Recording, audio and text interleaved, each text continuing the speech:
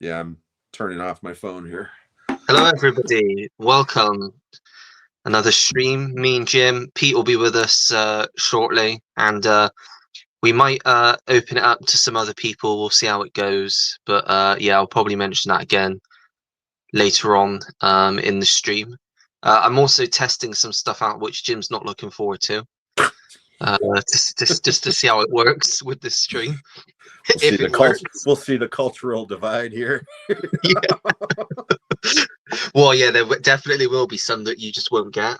But between the geographical differences and our age differences, I'm just going to be sitting here looking confused for an hour. Going, You're like,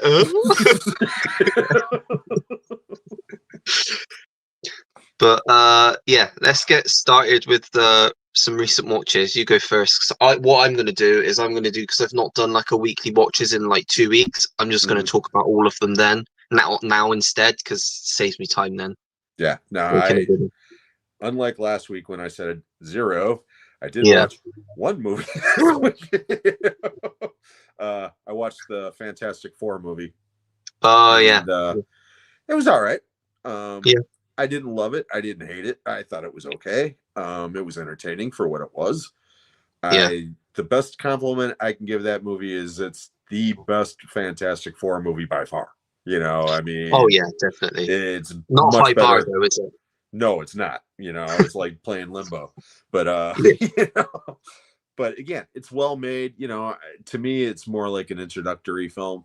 It's kind of like, hey, setting up the Avengers type thing. That's coming out next year. But I have now seen all 4 superhero films for the year. Okay, Brave New World, Thunderbolts, Superman, and Fantastic Four. And after watching the 4, the one that I had the least amount of expectations for ended up being my favorite, and that's Thunderbolts. Yeah. And I did enjoy Thunderbolts. And my least favorite would be Brave New World, and the other 2 would kind of be even in the middle. Yeah. So that's literally all I watched as far as films went. I watched the last episode of Alien Earth, and I'm caught up on Peacemaker, and that's about it. Nice. Yeah, I still haven't catched up on Peacemaker. Still trying to get through series 1, and Alien Earth. I think I've seen 2 of them so far, maybe 3. Yeah, but I'll get to it eventually. I've got so much I'm watching at the moment, so yeah, I'll get there eventually. We got Giz here. Hello, Giz. Hey, Giz. So yeah, what have I been watching? I got to try. I'll do the cinema ones first because I've got to try and remember them, and any streaming films. Because yes, I have done some streaming in the last week. Stuart, yes. So I watched Tommy Boy after the stream. I watched it in a few parts because I was so tired after the stream. But I would say, for me personally, it's one of the better '90s comedies. I just thought it was really funny, really good. Hilarious. Worked well. Yeah. It doesn't hurt here, and it doesn't hurt here. Just right here. Yeah. No, I was going to send you, when I asked you last week if you had seen it yet, I was going to send you a little gif of just housekeeping. Housekeeping. But I didn't know if you would get the jokes. Yeah. Oh, that's so good. Continue. I'm sorry. Yeah. No, I did really enjoy that. What else have I seen? I watched, rewatched the Robert Redford, Jane Fonda film Our Souls at Night, which was it you that put in the comments, or someone put in the group, Our Souls at Night? Yeah, that was Jody. Believe that was Jody. I was shocked. Shocking. Yeah. But yeah, it's a sweet little film actually. It's I think it's his second to last film he did. But yeah, it was a nice little film. Nothing too much. I mean, fits in with streaming, to be honest. I saw it when it came out, but I couldn't really remember much about it. So it was nice to give it another watch. Yeah, I put that one on for my mom recently, and she enjoyed it. So. Yeah. I don't think I've watched anything else on streaming. I do still want to watch that Highest to Lowest, the new Denzel film, because I've heard decent things about that. Yeah. And I think McConaughey's new film's out on Friday, the Lost Bus, which is The based Last on Bus. Yeah, about the fires. Is it the Last Bus, the Lost Bus? Yeah, about the I think fires. it's the Last Bus, but you might be right. I'm not sure. It's Yeah, one or the other. yeah. But that I watched the newest trailer for that, and to me, I mean, obviously you can't tell until you watch the film. It looks like he could possibly give one of the best performances this year. I mean, it's had really good reviews so far. Driving the bus, and then he opens the window and rolls out and lights a joint and keeps driving. But apparently, both his mum and his son are in it. Yeah, I heard it's like a passion project for him. It's like one of his things. But hey, good for him, and I've heard good things about it. Good buzz on it, anyways. So I'll probably watch that. What have I seen at the cinema this week? Oh, to remember. Oh, I saw The Sound of Music, which was a lot busier than I expected it to be. But yeah, it was nice to see that on the big screen. I don't know. My problem with that movie, like I said in the comments that day, it's a 3-hour movie about the Von Trapps leaving, escaping the Nazis, and they don't leave until the last 10 minutes of the movie. Yeah. And if you don't like musicals, then it's probably not one for you. Right. Yeah. But I just enjoyed watching that at the cinema. And then Saturday I watched One Battle After Another, which I mentioned in the comments in the group, that it's good. It's not great. And the best thing for me about it are the performances, especially Sean Penn, who has some of the best dialogue in any film this year. Some of the one-liners his character has you in stitches in some points, because he's just such an idiot. A bit like DiCaprio's character, he's just such an idiot. Yeah. And it's all about like that sort of thing, like men and how power goes to their heads and the fact that they're just idiots. Yeah, pretty much. There was some funny bits. Benicio del Toro was pretty good in it as well, although he's not in it loads. Yeah. But I think it was a bit too long. I think that was his main problem. It was a bit too long. A PTA movie too long, you say? What a shock. I know. It's not. It's probably middling for me. Like, I'd probably smack it in the middle of his films.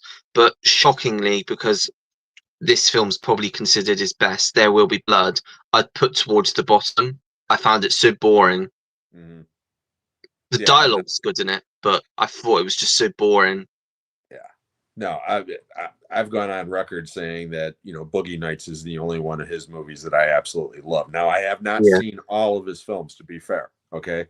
But I've seen at least 80 to 90% of them, and every one of them I've either thought were either meh or just plain out boring as hell, So we'll see. But I actually got high hopes for this one, because the critical acclaim is one thing, because that guy could literally put out a 2-hour movie of a blank wall and the critics would eat it up, because they eat up every one of his damn movies. Okay. Yeah.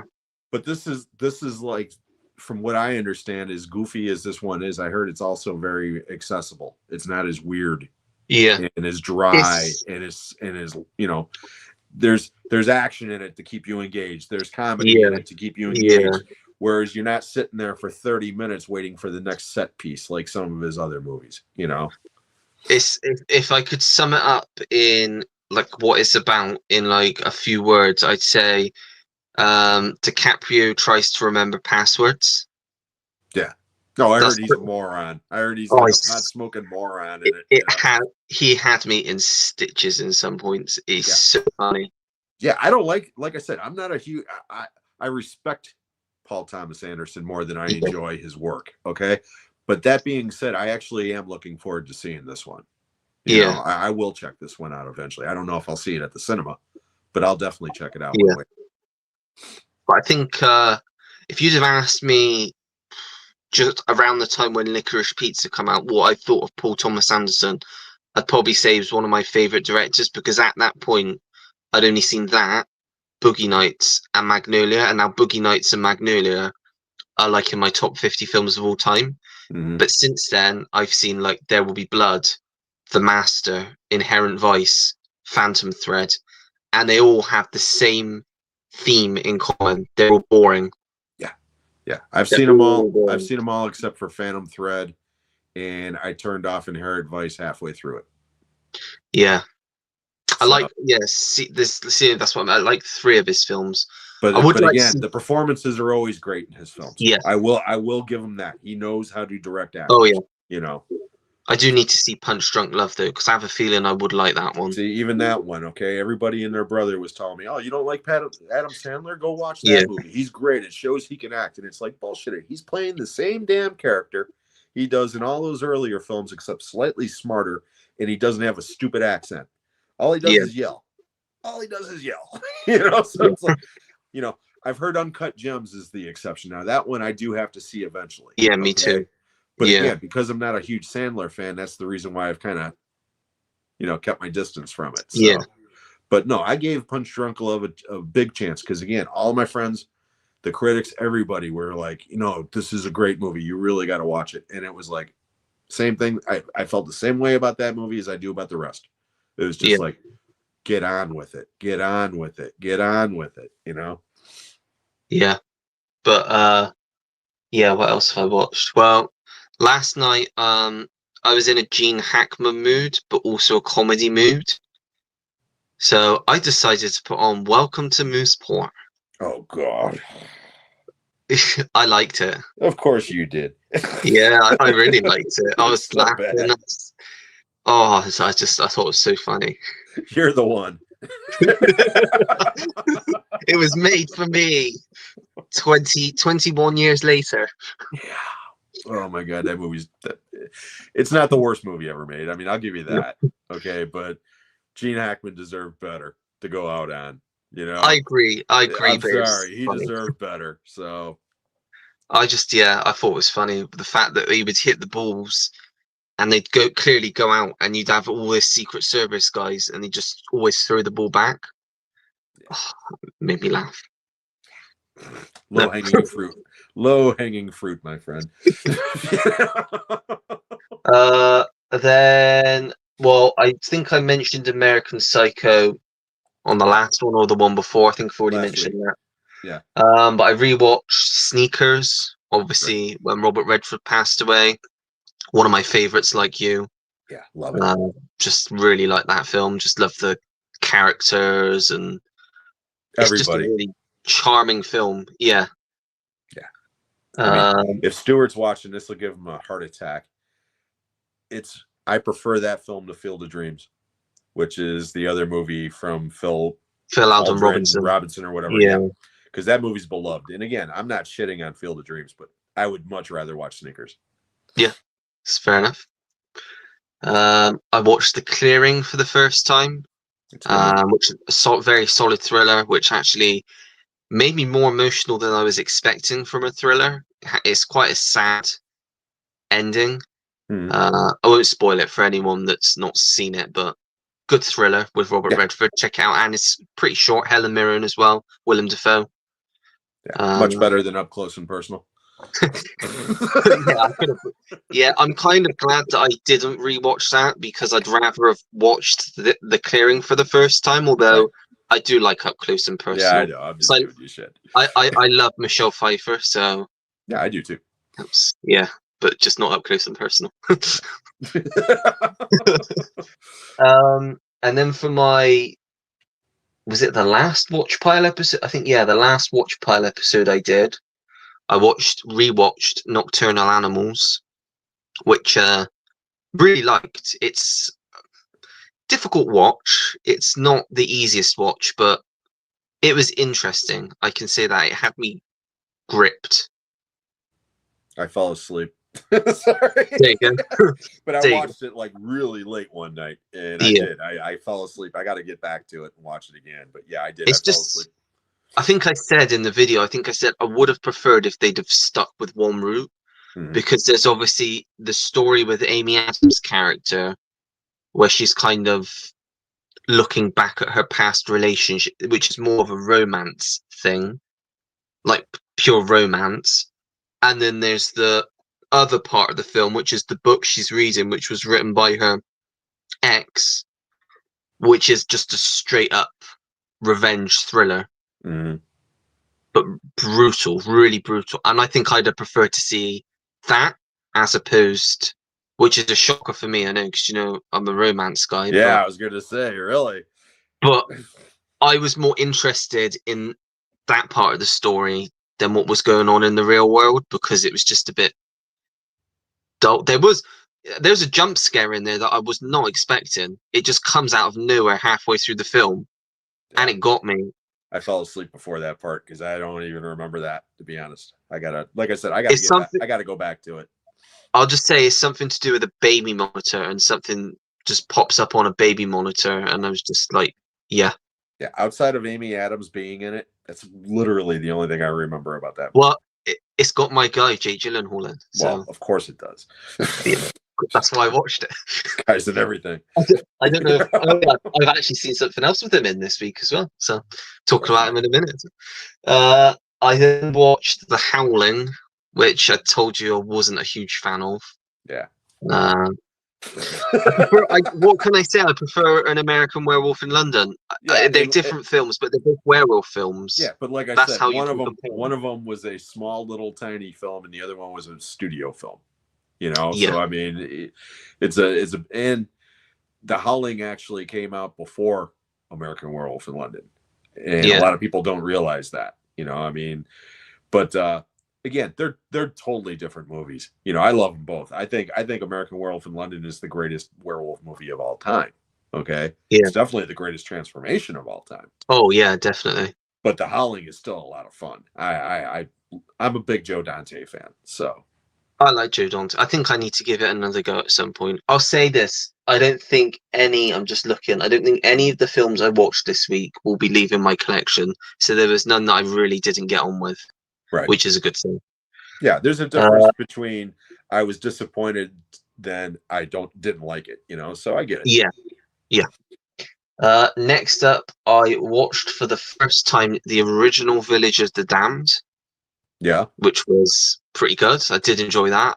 Good little 50s, or is it 1960? I don't know. It's pretty damn British old. It's an old film, yeah. Yeah, no, it's a good one. Remake's piece of shit. Yeah, I don't know if I like John Carpenter, but I've never heard anything good about the remake. That's like a job for hire for Carpenter. It really was. You can tell just from watching it. There's nothing of his special touches in that movie that I can recall. I mean, literally 5 minutes after that movie was over, I forgot about it. It's terrible. Yeah. Then I rewatched a great underrated film called Little Monsters, not the 80s one. Okay. I thought you were talking about I had to not the Fred Savage, Howie Mandel.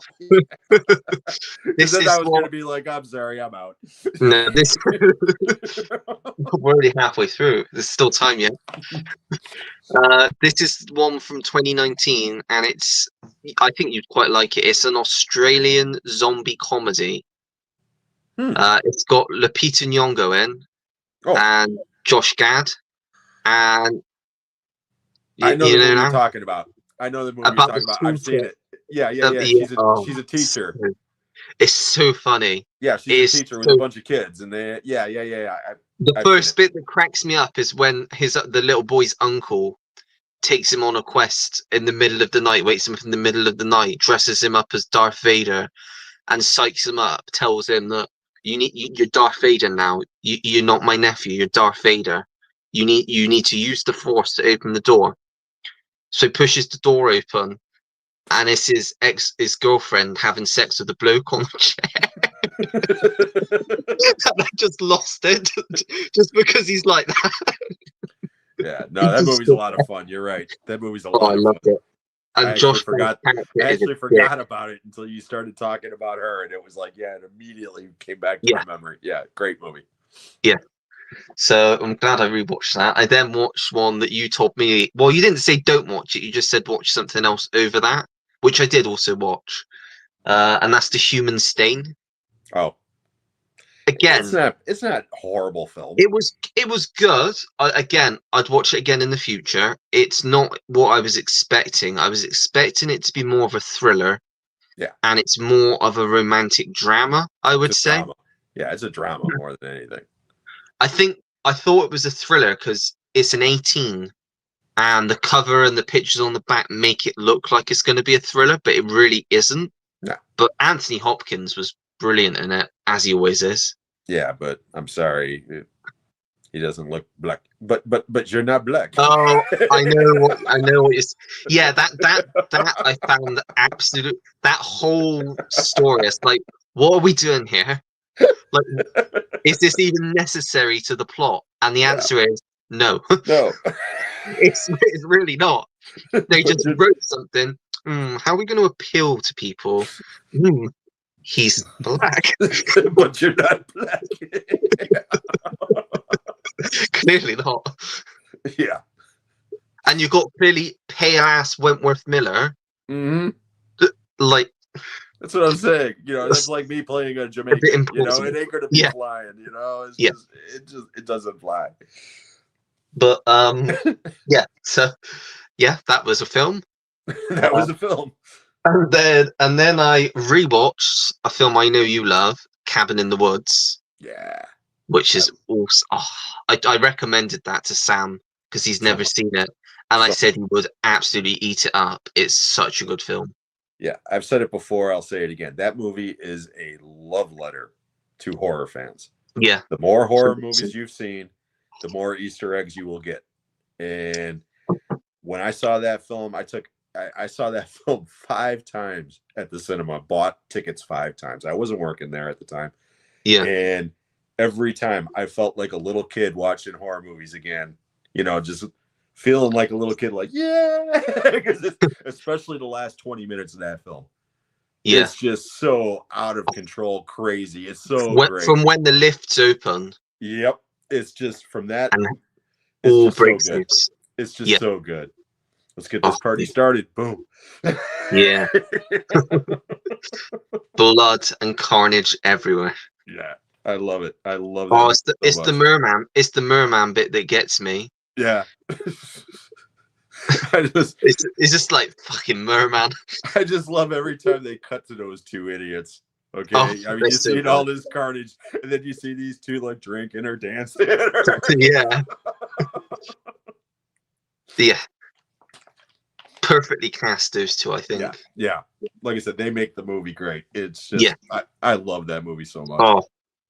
And I'm glad that they didn't. Well, the way the film ends, I won't spoil it for anyone. They couldn't do a sequel, which is good. That's a standalone. You know? That is, you just couldn't do a sequel to the film the way it ends. Yeah, and like I said, impossible. It's a love letter to fans. You know, in addition to actually picking on fans as well. You know, because when Sigourney Weaver comes down and starts talking about the rules that they have to play safe the audience and this and that and the other and stuff, she's more or less talking about us, you know. But it's meta in that way, but it's such a great movie. Oh yeah, 100%. I then did a watch along with our friend that we haven't seen for a long time, Sam. I think it was the day after he went out on the Lash, and I was going to say he's been in a pub and hasn't been seen since. Yeah. Surprisingly, it took us almost an hour to decide what film we were going to watch,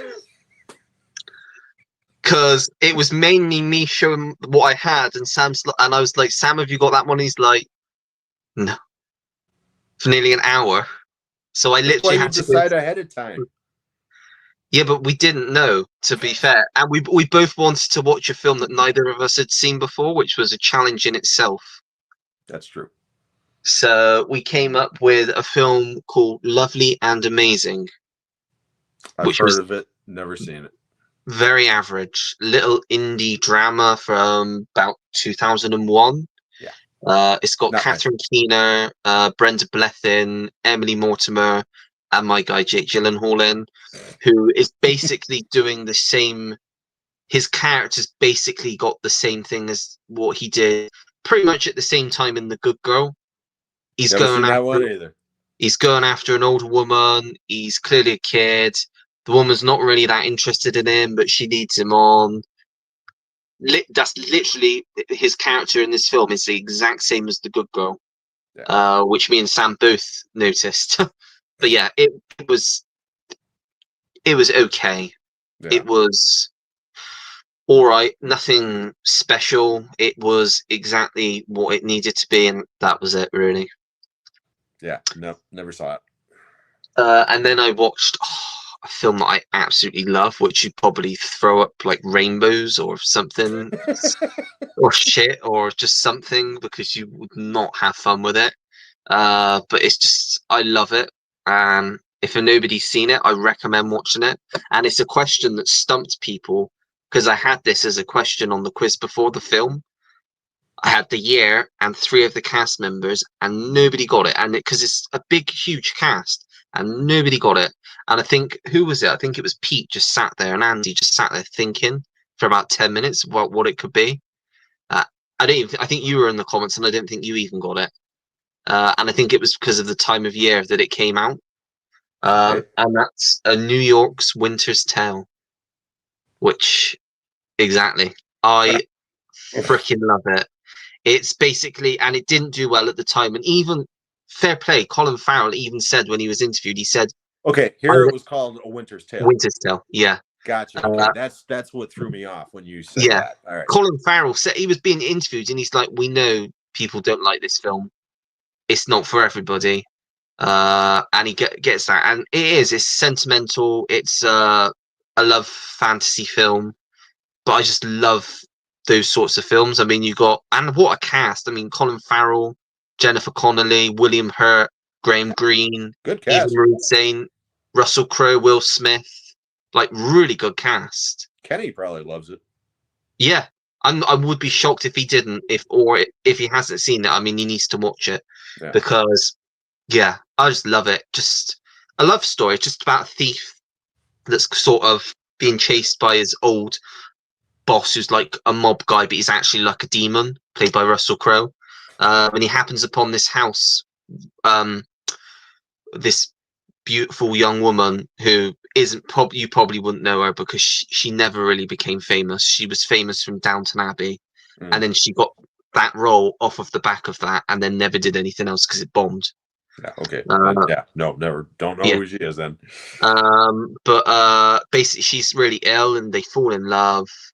Shit happens. He basically gets headbutted off a bridge by Russell Crowe, and becomes immortal. And he's like stuck living for 100 years, but he's can't remember who he is. As one does. And then all of a sudden, he bumps into this little girl and Jennifer Connelly's character, and starts remembering things. And yeah, I just love this little nods, like, and the score by Hans Zimmer is just, such a magical score. And you got like, it's not actually Pegasus, but it's like a white horse, and he flies. It's not actually got wings, but he does fly. And it's one of those very sentimental, very not Jim. Yeah, I was gonna say, I will definitely make sure not to see that. Yes, get that one. So yeah, I rewatched that, and then I watched for the first time Devil in a Blue Dress. That's a good movie. Which was good. I love Denzel. Yeah. I love noir films. Ticked a few boxes for me. Would have liked to see him do a few more with playing that character, because I know it's based on a book series, so it would have been good to see him do like a trilogy or something. That'd be why, yeah. Yeah. But it's a decent little film. Decent film, I think. Yeah, absolutely. And then I've just literally finished watching before the stream My Bloody Valentine, the original, which is an awesome slasher film. Yep. Some great kills, just the greatest Canadian slasher of all time. Is it not one of the only Canadian slasher films? No. There's some other. A lot. Yeah, there was in the mid to late 70s to the early 80s. There was a lot of films that were produced from Canada because of tax reasons. They had these tax shelters and this, and that, and the other. And most of those movies are horrible, but there are some great films that came out of that. David Cronenberg's first couple of films were part of that wave. Okay. As a matter of fact, Scanners was the last one of that wave. And then he got into the studio films. But Meatballs with Bill Murray is Oh one of yeah. those films. Oh wow. But as Yeah. far as the slashers go, we're talking classics like The Burning is a Oh, I Canadian need to watch slasher. that. The Yeah. Prowler is a Canadian slasher. I mean, Okay. there's a Yeah. lot of films from Canada that they just filmed, kind of like now. They film them in Vancouver. They say it's New York, so. Yeah. Yeah. Nice. So yeah, that's everything I've sort of watched in the last 2 weeks. Nice.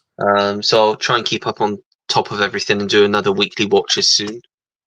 Yeah, I mean, I'll be having a second time watch tomorrow because my copy of The Life of Chuck comes into our Oh, room, and I nice. cannot wait. I love that movie. We'll be probably waiting. I want to say November. That will probably come out, maybe even December, because it didn't come out to August over here in the cinema. So it'll take a bit longer to come out on physical media over here. And I just pre-ordered my 4K Blu-ray, even though I don't have 4K, but 4K Blu-ray Steelbook of The Long Walk. Yeah. They haven't That'll released probably come out at the same they time. haven't given us a release date, but it's looking like it's going to be sometime in November. Yeah, I'd say November, December. Usually, like September releases, like around that area, Christmas time, and then October is usually when you get like to the new year. Mm-hmm. Mark's here. Hello, Mark. Hi, Mark. We have Spectre here. Hello, Spectre. Spectre. It says, I've just heard Arrow are releasing a 4K of the 1979 Salem's Lot. I'll be all over that. I can't wait. Good choice. It's a good choice for Arrow there. Yep. My introduction to Stephen King. Yeah. Scared the living bejesus out of me as a 12-year-old. Yeah, I bet. Hey, Mark, let me in. Hi, Adam. Hi, Adam. Good evening, Ollie, Jim, and all in the chat. Hope you're all doing well. Adam saying that's great news, Gears. One of my favourites. Waxwork Records have just let slip that they're releasing a new variant of the soundtrack vinyl also. Nice.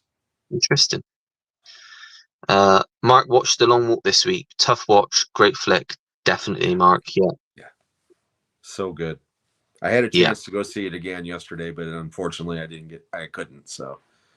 Yeah. David's here. Hello, David.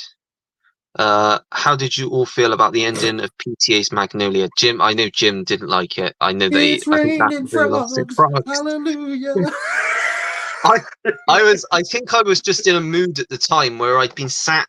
I think I watched it not long after I watched Boogie Nights. I'm sure it was like in between Christmas and New Year. I watched both of them, and I was kind of just lounging around my room, and it got to like the 3-hour mark. I thought, okay, the film's nearly finished, and I was just like, yeah, why not? Frogs flying out the sky. Why the hell not? I saw that movie at the cinema. It's the only one of his I saw at the cinema because I didn't see Boogie Nights theatrically. I saw that on Blu-ray or VHS, I think. Yeah. But anyway, I didn't like Magnolia to begin with, except for when Tom Cruise was on screen. Okay. Yeah. Because I thought he was phenomenal. Great. Okay. Yeah. But all I remember thinking at the time was, okay, when's this damn movie's gonna be over? What the fuck? And then the movie was over. Yeah. It's a weird one, yeah. Quite frankly, I haven't seen it. I haven't watched it since. I mean, maybe if I watched it again, I would get something more out of it. But like I said earlier, all the acting is great. He knows how to direct actors. He really does. Yeah. The performances are great in Magnolia. Nothing else is, in my opinion. It's just. Yeah, it lost me. I still don't understand what that was all about, but the overall film I enjoyed. Yeah. I like Weapons, which is kind of like based on Magnolia. I like Weapons more. Horror version. Yeah. Johnny's here. Hello, Johnny. Does One Battle After Another fit comfortably in the top? No. You're asking a person that thinks it's average. In that case, it would be. It probably. I mean, the people that like There Will Be Blood, The Master, those films would probably put it in the top tier because it is of those same films, but a bit more bigger than those films.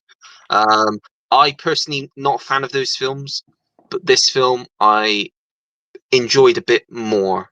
So I put it in the middle to top. I would put it, but saying that my top films are like all the films that he did that are like in the 1970s, like San Fernando Valley, like Boogie Nights, Magnolia, Licorice Pizza, because I just love that setting. Yeah. So yeah. Mark said, I watched Brubaker and All Is Lost a few days ago. Fantastic films, in my opinion. They are both really good films. Yeah, great double feature there. Yeah. Can we all agree Megan 2.0 is the worst movie of the year and possibly of the decade so far? I didn't bother because I wasn't a huge fan of the first one, so I just never bothered watching it. Yeah, I haven't seen it, David, to be honest. But don't hold back. Tell us how you really feel about it. Yeah. Yeah. Want to know everything. We have Pete here now. Right. Hey, Pete. Hello. How you doing, buddy? Hello. Eating pizza. I wasn't eating pizza. Not tonight. Mark says, I love up close and personal. Haha, sorry, Jim. Hey. It's okay, Mark. Yeah, you like what you like. I never disparage what anybody likes unless they say something is like phenomenally great, and I know deep down that it's not. Like Welcome to Mooseport. Yeah, if you would have told me that was like the greatest thing that Gene Hackman ever did, I would literally jump on a plane right now and fly over there just to slap you. Yeah. What about Employee of the Month? What about it? I loved it. Well, I'm sorry. No, like I said, I've got plenty of shit on my shelves that you would look at and go, why? You know? So, and I'm going to show off a couple of those movies in a little bit. Mark says Nocturnal Animals is surprisingly a great film. Yeah, I really enjoyed it. Yeah, like I said, I fell asleep during it. I got to watch it again. Yeah. I'm not a nocturnal animal, obviously. Sai's here. Hello, Sai. I've just got back from seeing one battle after another. I really enjoyed it. Cinematography and scores on top form, and Sean Penn is brilliant as Colonel Stephen J. Lockjaw. All the things he mentioned, I agree with. I think it's the story itself that kind of, some of it works, some of it doesn't for me. But yeah. Spectre says, I agree the Master is boring, but There Will Be Blood is a classic with great dialogue and some of the best performances by Daniel Day-Lewis and Paul Dano, in my opinion. And that milkshake scene, that milkshake scene's great, but that's the only thing in that movie that got me, because I love that scene. It's great. Unfortunately, you got to sit there for 2 hours and 45 minutes to get to that scene. I mean, rank the last 4 Clint Eastwood films. Mine is Richard Jewell, Juror Number 2, The Mule, and Cry Macho. Random, but okay. Is it from, if we're going best to worst, I'd probably put it in the same order that he's put it in, to be honest. Richard Jewell, Juror Number 2, The Mule, and Cry Macho. I've only seen one of those. The Mule? 4. Yeah, The Mule. Yeah. Which I really enjoyed. I enjoyed it as well. I have not seen the other 3. I've heard mixed things about all 3. So Richard Jewell's really good. As is Juror Number 2. Cry Macho I liked, but as far as his last acting film, it probably will be, is a bit of a letdown. I'd have preferred him to go out on The Mule. Yeah, I really enjoyed that The Mule. Was the consensus. Yeah. So yeah. Tom's here. Hello, Tom. Hi, Tom. Another great film. Thoughts on the military prison Robert Redford film from 2001, The Last Castle. Love that movie. Gandolfini and Ruffalo also in it. Yeah, really good. Movie. Great movie. And actually, go ahead. Building the wall bit where he just won't give up and he keeps picking up the rocks and moving it along the line. So good. That's actually the one that would have made a good double feature with Brubaker, because they were talking about Brubaker earlier. Great movie. Tom says, what's your favorite Wes Craven film, not including Scream or Elm Street? I'm going to go left field. I'm going to say Music of the Heart. Somehow that doesn't surprise me. But in my defense, I've not seen many Wes Craven films outside of those 2 that he's just mentioned. I get it. What about you, Pete? Not choosing the obvious ones, so no Scream or. I quite like The People Under the Stairs. I think that's a good movie. Yeah, that would probably be my answer. No, actually, I'll change that. It was going to be People Under the Stairs, but the more I think about it, I'll go with The Serpent and the Rainbow. Good choice. Because outside of the final 5 minutes of that movie, it really works in my opinion. It's just the ending is ridiculous, you know. One for Jim there. Is Strange Darling any good? Best movie I saw last year. Not for everyone though, so you might not like it. Yeah, so I said loved Strange it. Darling is really good. I absolutely loved it. Stacey's here. Hello, Stacey. Hello, Stacey. Did you like The Constant Gardener? Haven't seen it. Didn't she ask that already? Probably. Yeah, because I remember saying that I remember seeing Rachel Weisz and who's in it, but I don't remember the movie at all. Yeah, she probably has.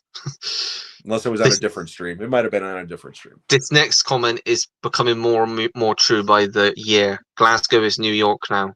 Pretty much. Yeah, and Chicago. Yeah, pretty much. Oh, troops in your city too? No, they just literally transformed Glasgow into New York. The architecture is very similar to New York Gotcha. and like Chicago, so it's used. Stacey says, "Do you like Form False Move? Bill Paxton, Billy Bob Thornton." Not seen that one myself. Great movie. Same, I've not seen it either because it for a long time it was very, very hard to get in this country. Yeah. Carl Franklin directed that one. Like Carl Franklin. Devil in a Blue Dress. Yeah. Very good movie. Very good movie. Yeah. Sai says, "A week tomorrow, my dream will come true. I finally get to see my favorite film of all time, The Sting, on the big screen. I'm so excited and I can't wait. I'm like a kid at Christmas." Yep. Enjoy that. That would be a good experience. Yeah, great movie. Great score. One of the greatest scores of all time. Here starts Stacey's comments. Oh God! Would you ever have Harry and Lloyd from Dumb and Dumber as traveling companions, or Bill and Ted? Well, Bill and Ted, because Bill and Ted actually traveled in time. I'll go with Harry Bill and Lloyd Ted every day. They're not as annoying as the other two. Yeah. Well, considering I am currently wearing a Bill and Ted's Excellent Adventure t-shirt, that's probably why she asked it. Yes, Bill and Ted instead of Harry and Lloyd. Just call me Rufus. Rufus. Do you like Splice? I liked it until film. I liked it until Adrian Brody decided to have sex with his daughter, his alien hybrid child. Oh, okay. It is a cool movie though. It's got a really good performances and it's got a really cool hook to it. But yeah, like I said, there's some questionable things in the plot. Let's put it that way. Bizarre Canadian sci-fi. That's what we like. Yeah. It's a less skeevy version of Species. Yes. Reboot Stakeout? No. Another Stakeout, yes, but not the first one. Yeah, there you go.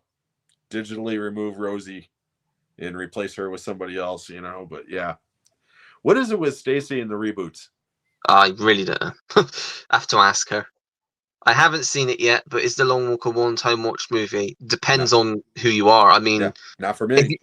Not for me either, but some might find it, because it's quite a rough watch, some may not want to watch it again. Yeah. Whereas I will watch that movie multiple times. I know I will. It's just, if nothing else, it's heartbreaking. It's a rough watch, but it's so well done that I will definitely watch it again. This question makes my head hurt. Who would be a better Jedi, Paulie Shaw or Jack Black? I don't know. I don't know how to answer that. I can answer that. Jack Black would be the better Jedi. Paulie Shaw would be the better Jar Jar Binks. We so good to die, Weasel. Buddy. And the Gungan. I don't want either of them to be a Jedi. And with that, here's a time for a message from our sponsor today. Do you suffer from a lack of a father figure? Do you have clinical depression? Have you ever accidentally broken your mom's favorite coffee cup, and when she found out you did it, she tied you to a bed and spanked you with a metal spatula? If you said yes to any of these things, I don't care. And to keep it a bean, no one cares. Do you suffer from a lack of a father figure? You can hear that. Do you suffer from lack of a father figure? Yeah. No, I couldn't hear that at all. Oh. Well, that was our sponsor for today. Oh, okay. Thank you for that. Not that you heard it. You just wanted me to look confused. Can people in the comments? Yeah, can people in the comments tell me if they heard that? Because otherwise, that was just redundant. But if you said you could hear it, Pete, then they must. Yeah, have I been heard it. Yeah. At first, I thought it was Bob from Bob's Burgers. Oh yeah. Oh God. Oh my Oh God. I've lost the comments now. There we go. What is the worst scene in a great movie? The scene we just had with his sound effects. Yeah, except it's not in a movie; it's Worst real scene life. in a great movie. I know what that answer is. It came to mind immediately. The final scene in No Country for Old Men. Yes, unnecessary. Where they're sitting at the table, Tommy Lee Jones and his wife, and just start talking for 5 minutes, and it's like, why? Yeah. The girl power scene in Endgame. Yeah. We got this. Yeah. She's not alone. So bad. Someone actually wrote that. Nick's here. Hello, Nick. Hi, Nick. Just a Hey, quick Nick. drop by to say hi. Hope you, Pete, and Jim are doing well. Birthday coming up on 10th of October, which is 3 years since I lost my gorgeous bruv, so a bit shitty right now. Speak soon. Hey, Hope hang you're in doing there. all right, Nick. Yeah. Hang in there, Yeah, Nick. take And it happy easy, birthday. Nick. Stacy said, I'm excited for Sai to see this thing in that manner. Yeah. Stacy, a girl after my own heart. I agree, Music of the Heart is terrific. Well, good. If they do like a retrospective screening, the two of you can go see it together. You'll be the only ones in the damn theater. Yeah, but it's got Meryl in it. That's why I like it so much. Yeah. Well, again, to be honest, I've never seen it, so I never watched it. It's not your type of film. No, it's it like isn't. diarrhea to you. How would you improve Ed TV? I like Ed TV. I like Ed TV just the way it is. I think it's funny. I think it's funny as hell. Yeah. Roy likes it as well. Like 20 years. I can't remember anything about it. But it's like, isn't it like a spin on the whole Truman Show thing? Yeah. Like they both came out the same year. Actually. Yeah. I can't really remember much about it. It's basically they follow this guy around 24/7 with a camera crew, and he goes from being nobody to being a big star and this and that. Yeah. But it's a funny movie. It's got a great cast. I'll tell you what, Martin Landau's great in it. Martin Landau is awesome in that movie. Yeah. I Love The Hills Have Eyes is a great Wes Craven film. Not seen that one. Blasphemy I actually think Alexander Aja's version is better. That's what I was just going to say. Here comes some blasphemy. I prefer the remake. The sequel to the remake is shit, though. Yeah, but the sequel to the original is also shit because you got so many flashbacks, including a dog flashback. He did. Wes Craven didn't want to make the sequel. That's why he just couldn't be arsed with it. Yeah. That's why it's poor. It's so bad.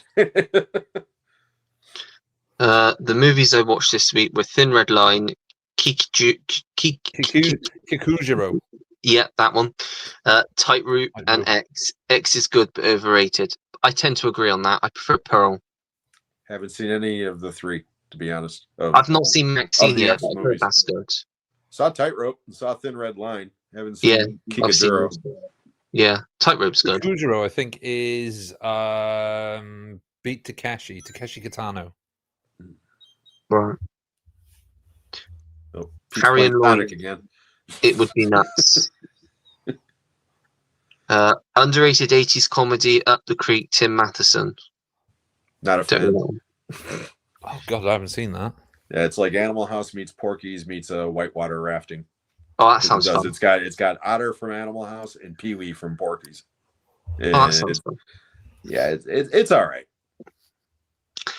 Stacy wants to make Kill Bill 3. Here's her petition. She wants Zendaya as Vivica's daughter at Avenger. They've said this for years, and I don't think it's ever going to happen. Neither do I think it's not going to happen. It's not going to happen because Tarantino doesn't want Kill Bill Volume 3 to be his last movie. Yeah. Yep.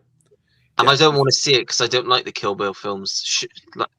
Sorry, but neither does Stuart, so I'm not on my own. Well, Stuart, you two can go watch Mary Poppins and the men will go watch Kill Bill. Granted, Volume 1 is a vastly stronger film than Volume 2. Yes, But I considering prefer they the were first filmed one. as one long-ass movie. Yeah, see, to me, it's just one movie. Yeah. That they cut in half. You know, it is. It's just one movie. I don't watch part 1 without watching part 2 immediately, you know? Yeah. Stacey wants to know, have you seen Dead Again? Kenneth Branagh, Emma Thompson, Robin Williams. Yeah, I want to watch that, but I've not seen it. Solid film. I had to study that when I was doing a video production course. Oh, nice. Yeah, solid film. I haven't seen it in years, but I remember I enjoyed it at the time. The ending of Ford v Ferrari killed the whole vibe of the movie. I've not seen that for a while, but I remember really liking it. Is that the one that was retitled Le Mans 60? Over here, yeah. I thought that was a great movie. It's a really good. It's one of James Mangold's best, I think. Yeah. I haven't seen it, to be honest. Oh, it's great, Jim. Yeah, I've heard good things. Dude, I'm so far behind in movies. Yeah. But I do like James Mangold. You know. Yeah. When he's not making an Indiana Jones movie, for the most part, his movies are great. It's not. Kathleen Kennedy made an Indiana Jones movie. I'm not blaming him for that. Yeah, I'm not blaming him for that. Yeah. Conversely, what was a great scene in a poor movie? Well, most of the films I like are considered poor, but I think they've got great scenes in them. Yeah, me too. Yeah, like so it makes them great. I'll go back. I'll go back to A New York Winter's Tale. That's considered a poor movie, but I love the ending of that. When Spawn drops down from the top of the ballroom in Spawn and his cloak unfolds, that's a pretty cool scene. And Spawn's a shit movie. I love it. But... I don't know why I had to even think about this. Ghost Ship. The opening scene is phenomenal. Yeah, and the rest of the film is dull. Is horrible. So yeah, end of story right there. I like the bit in Morbius when he went, "It's Morbin time." I've never seen it. Never watched it. Gosh, I wish I could erase that from my brain. I sat there and I think it was just me and my dad in the cinema, and I literally could not believe what I was watching. Like, it's the worst film I've ever seen, and I came out. I hadn't even left. The credits came on, and I was just in utter disbelief. And I looked at my dad, and he looked at me. He's like, "That was a great film, wasn't it?" It's like, I was like, "You stoned." Dad's doing bath salts in the lobby. It's just because he loves vampires, but that was not a good film in any way. And it's like, I was like, "You all right?" Yeah, no, I haven't seen it. Yeah, don't. No, I won't. Yeah, I won't watch Madam Web either. Everybody says shoot me away from that piece of shit. Yeah. Any good series you're currently watching? Tulsa King, Peacemaker, and Brassic for me. Thinking of starting Slow Horses next. Yeah, I'm watching a lot at the moment. I'm watching Slow Horses. I'm watching Only Murders in the Building. I've started Alien Earth. I've still got to watch most of it. I've started the 4th series of The Morning Show. That NCIS spin-off show I've started watching, Platonic with Seth Rogen. I've been watching that. Task on HBO. Been watching that. That's been pretty good. Yeah, loads of stuff. But those are just some. What about you guys? Alien Earth just isn't doing it for me. I don't know. I'm just finding it dull. So I've kind of put that on the back burner at the moment. I'm watching The Expanse. I'm halfway through season 2 of that, which is really, really good. And then I've got a 90s sci-fi show to watch, which I'm going to show in a bit. Other than that, I'm not watching anything else. I want to watch. I've got Apple TV, so I need to watch Silo season 2, and I want to watch C, and I'm up to date with For All Mankind, which is fantastic, and that's it. Peacemaker. That's it for me. Yeah, fair enough. Right, now is time for a message from our sponsor of today's video. See if I can hear.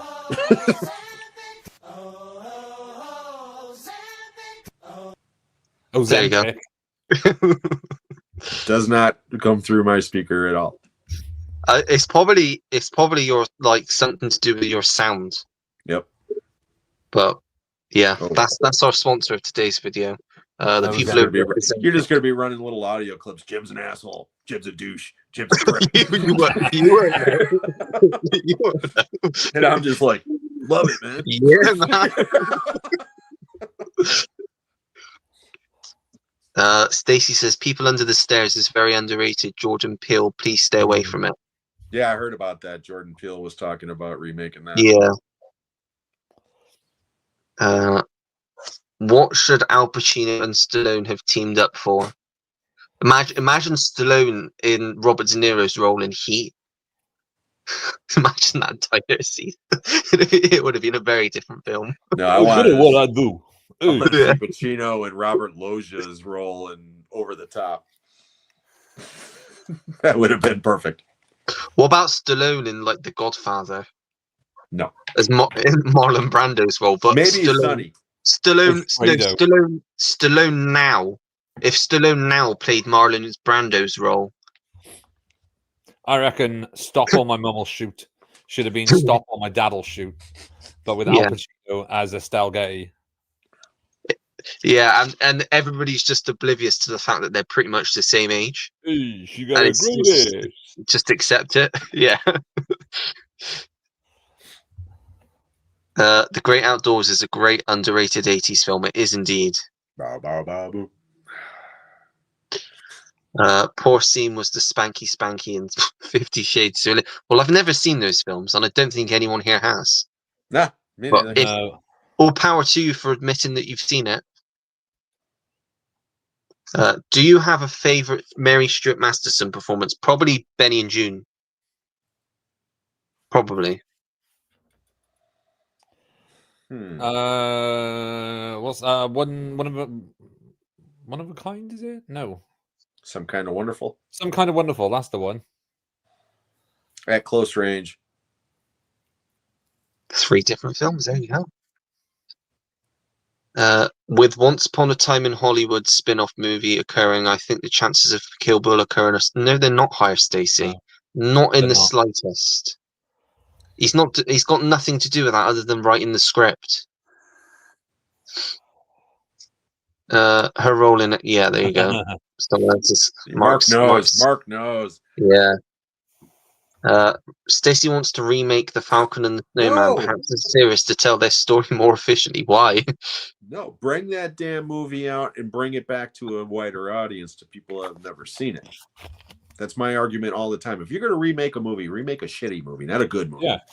Falcon and the Snowman's a very good movie. Don't bother watching Alien Earth, Johnny says. I liked it. I didn't love it. Yeah, because to start with, you were really hot on it, weren't you, Jim? Well, I liked some of the stuff in it, and I loved episode 5, which, like I said, was like a self-contained alien movie. But then by the time it was all over and said and done, it's like kind of like what Pete says. It's kind of a lot of nothing, like it's 8 episodes long, and all they're doing is leading up to what possibly might happen next year, and it was like, okay, you could have made this into a self-contained, 2 or 3 episode thing, and it would have been great. Yeah. Back to the old style mini series. Yeah. Not an event series, a mini series over like 3 nights. Yeah. Yeah, that's how they should have done it. King of the Gypsies with Eric Roberts. I saw it years ago. I don't really remember it. I mean, I was a kid when I saw that movie, so.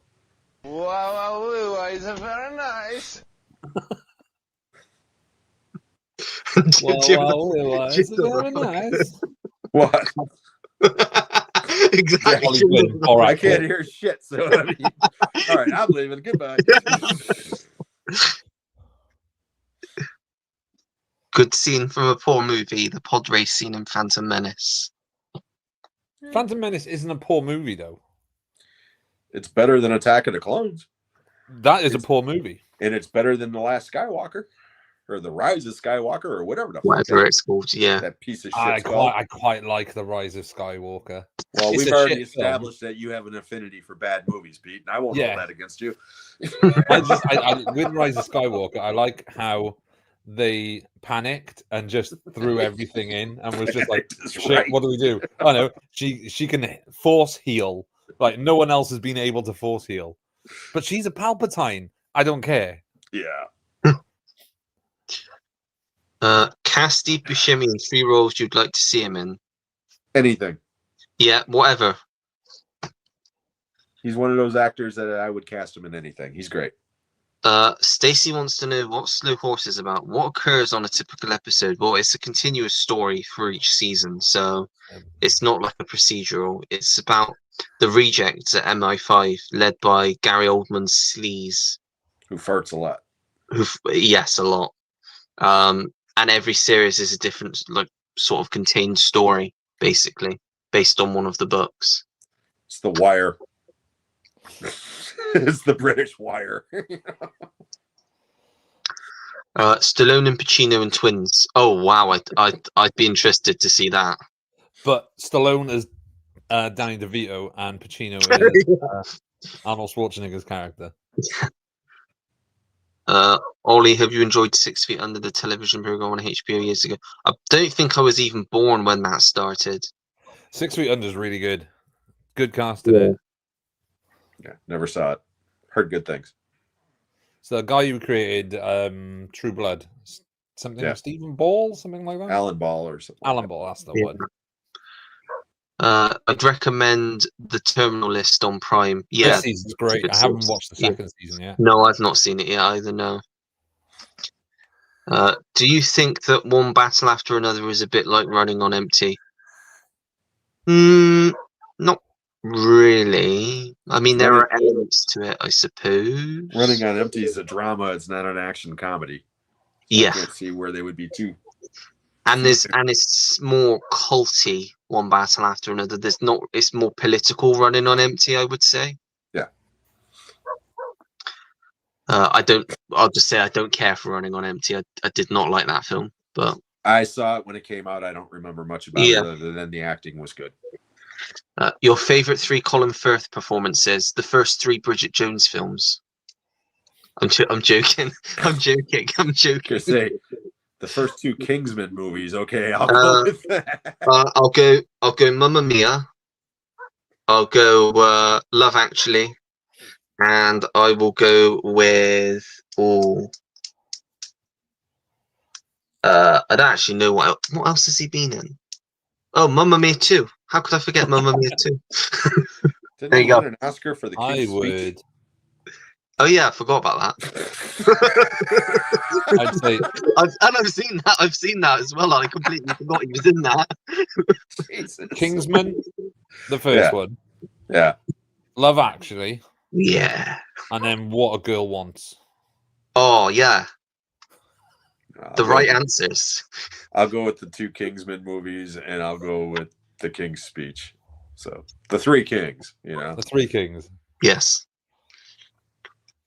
50 Shades Girlfriend at the time. Dragman. You couldn't stop laughing. Girlfriend. It's always the girlfriend. It's always. Blame it on her. My wife watched those movies. I didn't.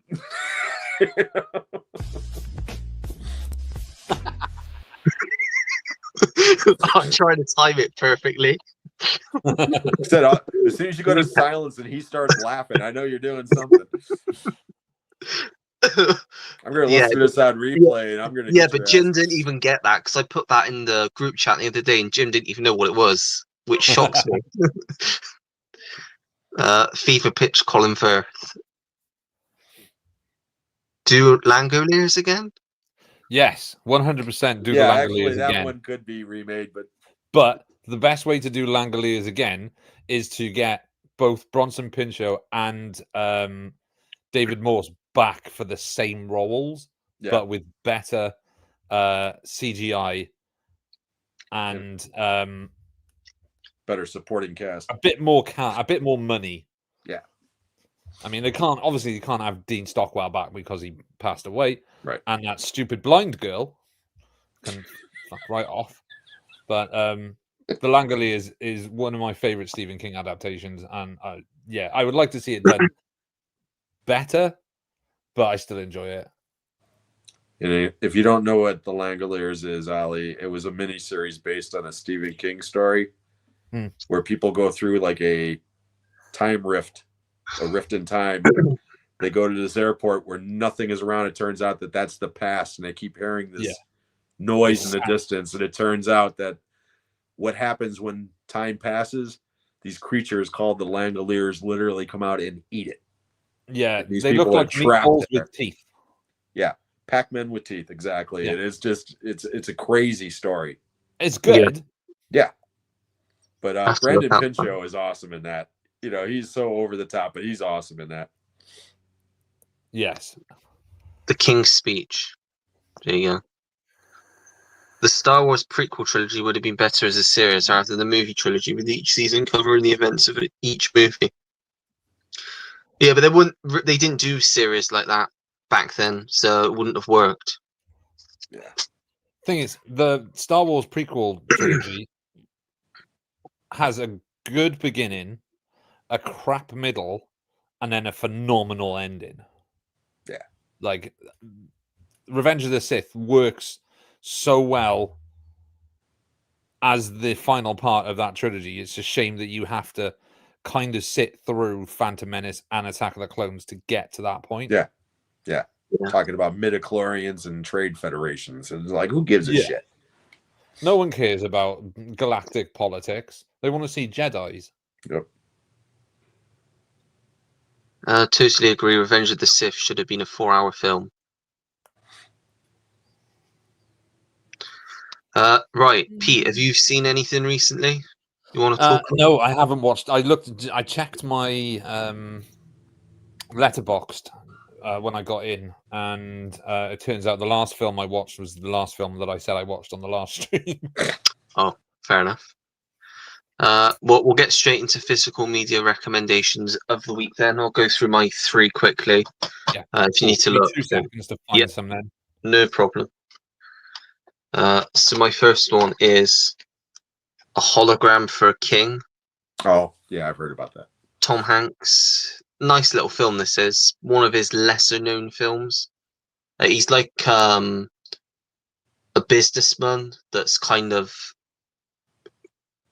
having a bit of a midlife crisis and goes to Saudi Arabia. And I think, I might be wrong, it's one of the first films they actually allowed to film on location. And it's basically, he's gone there to basically be able to stop himself from going bankrupt and pay for his daughter's college tuition and just do something for himself. And it's just about his life out there and how different it is, like a fish out of water kind of thing. And yeah, I really like it. Tom Hanks is great in it as well. But he is sort of the only real, Ben Whishaw and Tom Skerritt are in it, but not a lot. It's more a Tom Hanks film, I would say. Yeah. So yeah, there's that one. Then we have a great film that I completely forgot I had from a few years ago. 2018, 2019 this came out. It's called Wild Rose, with Jessie Buckley and Julie Walters. Basically about a young woman who wants to be a country music star. Oh, okay. That's why I've never heard of it. She lives in Glasgow, and she basically wants to make it big in Nashville. I think you might like this one, Jim. It's quite a good drama. Julie Walters is great in it. It's one of the last sort of things she did, to be honest. Yeah, she's a great actress. She is really good, yeah. But yeah, it's a really good little British film. This is, recommend that. And you're probably going to laugh at this, but I do find this really funny, Jim. I have to say, I just love this whole character. And it's Jiminy Glick in La La Wood. God. Yeah. No. No. I just love it. It's so love Martin stupid. Short. Love Martin Short. I love the whole character. It just makes me laugh because he's so stupid. And what he does with his voice as well, and that he's just constantly eating stuff. See, you even chased Pete away. I know. He So saw that bad. shit, and he was It's just so- like, "Oh God." Look, just look at his craziness on the back. Yeah. Whilst he's eating popcorn. No, it's not good, Ali. It's not good. It's not. No, you're right. It's not. It's great. I'm glad you enjoyed it. Yes. Oh, trust me, I'm going to have some crap coming up, so it's all good. Okay. Go ahead. You go next. Okay, well, I'm going to pull a Pete here and give you more than 3. Yeah. So I was thinking October's coming in a couple of days, so it's Halloween season, and I'm going to show off a couple of steelbooks. And the steelbooks are actually better than the movies.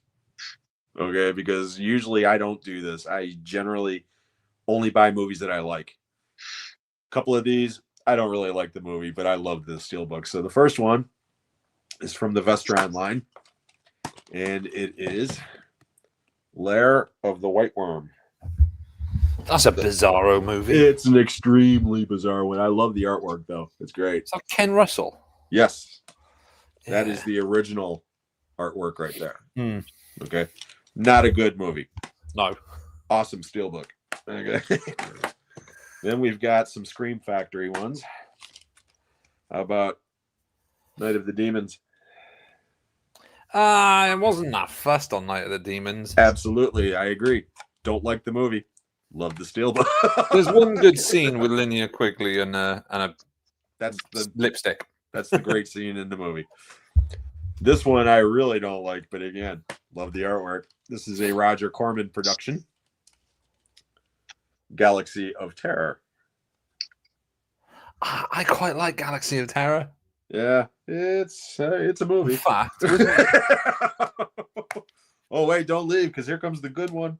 hang on 2 seconds.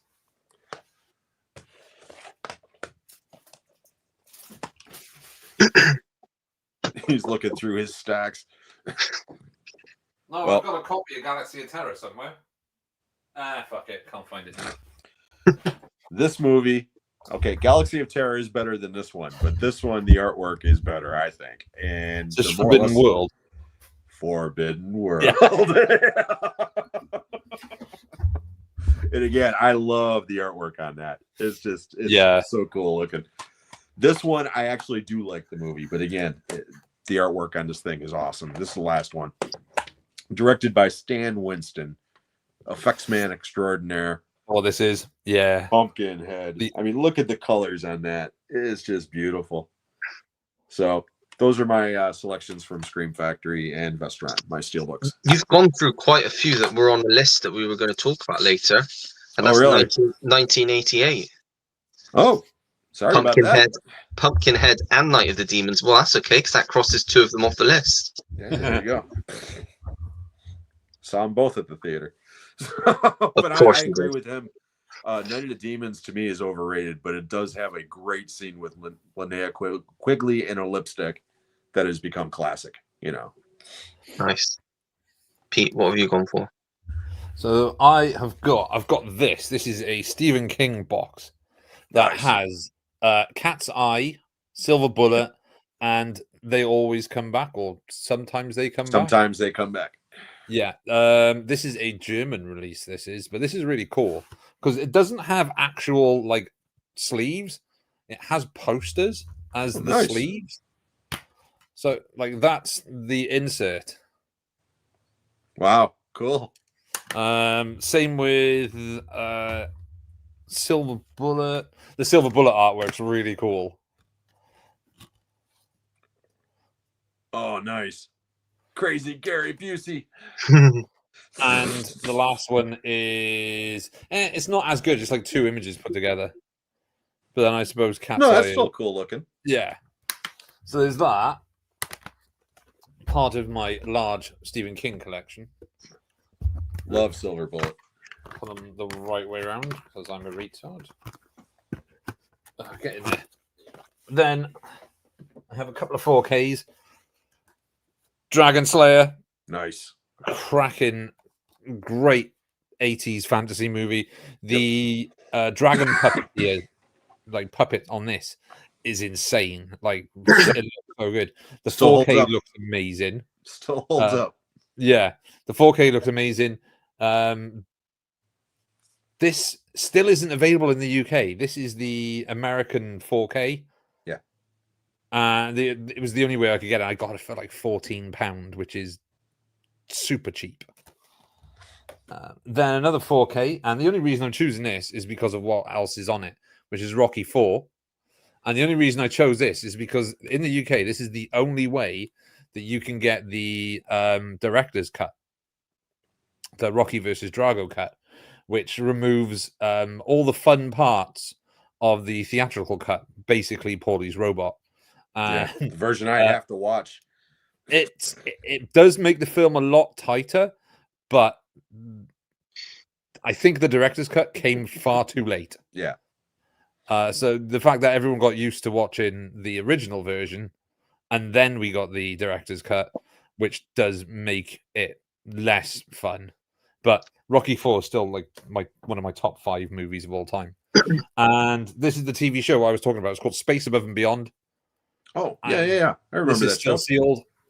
This I have been trying to get for years and years and years. I used to watch this on BBC Two on a Friday night at 11 p.m. because it was the only place in the UK that it was shown. It lasted only one season. It was from the creators, well, not the creators, but 2 of the people who worked on the X-Files. And I think, is it Glenn Morgan and James Wong? They created the Final Destination series. Yes, the original one. And the one with Jet Li. Yes. But this is way ahead of its time. It feels like a mix of Starship Troopers and the reboot of Battlestar Galactica, but like before both of them even came out.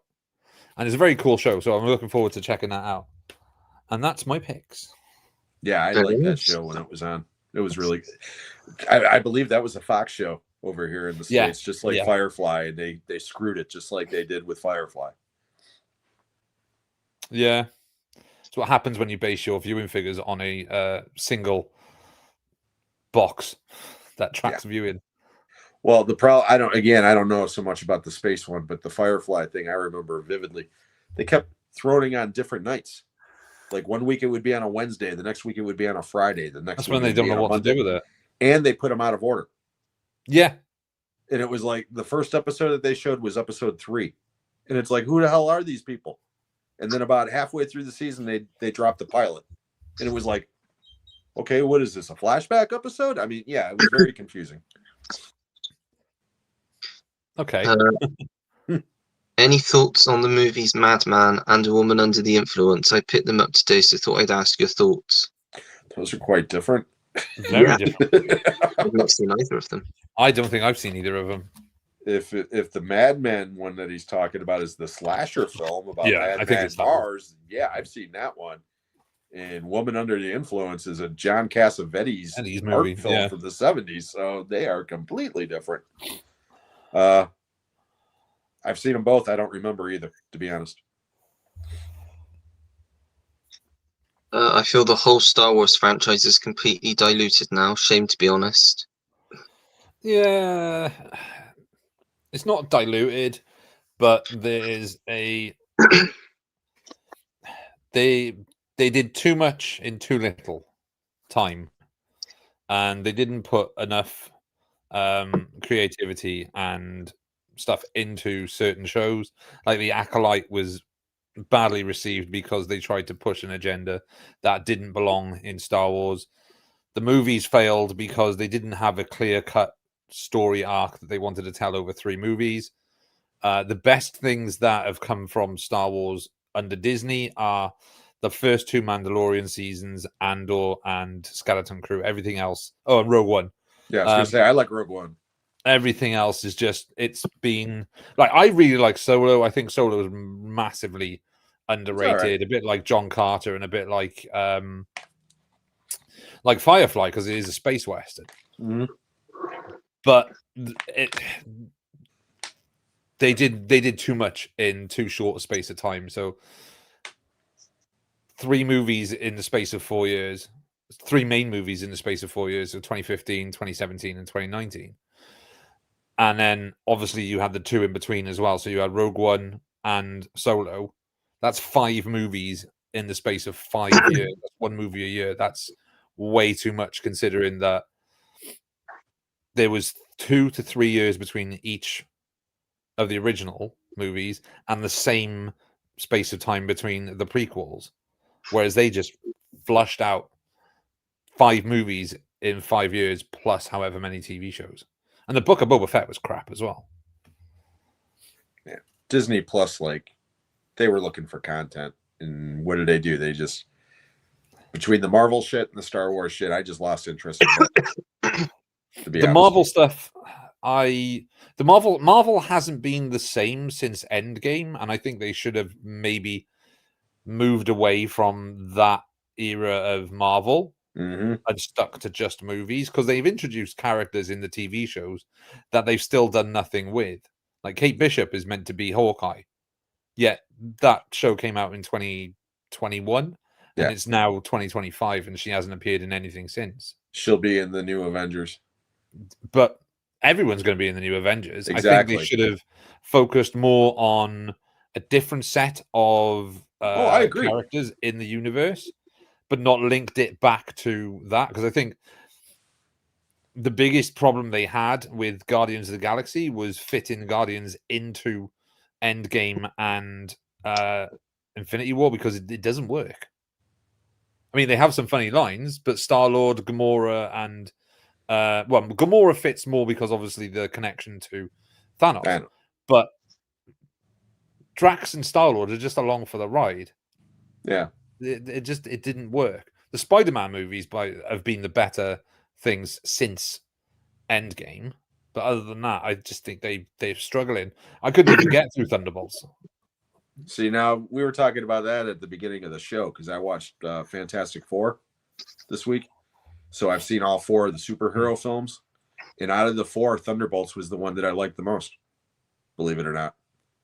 I agree with you that at the beginning of that movie, it's like, because I didn't watch any of those shows.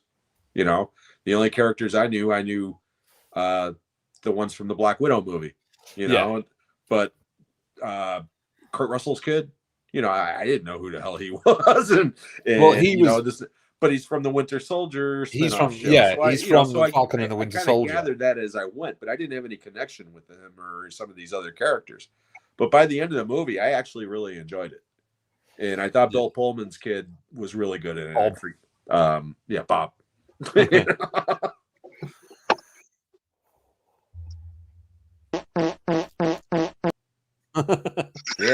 I still can't hear you, bastard. It's all right. He's playing fart noises. Yeah. So Jim told me not to, but I had to. Born Yesterday remake was good. Don Johnson, Melanie Griffith, John Good. That's a good cast. Another movie that I completely forgot about. 11/22/63 is a really good Stephen King adaptation with James Franco. Haven't seen it, but I've heard good things about it. Yeah, it's there. Yeah, I just haven't seen it. I wanted to see Jar Jar Crockett. I think most people did from what I've heard. Jar Jar's great. Stacey wants to know your favorite Maximum Overdrive scene. All of it. All of it. Except for the when movie. Shirley Smith is yelling Curtis at the top of her lungs. Yeah, Lisa Simpson going crazy. Curtis! No, I love Maximum Overdrive.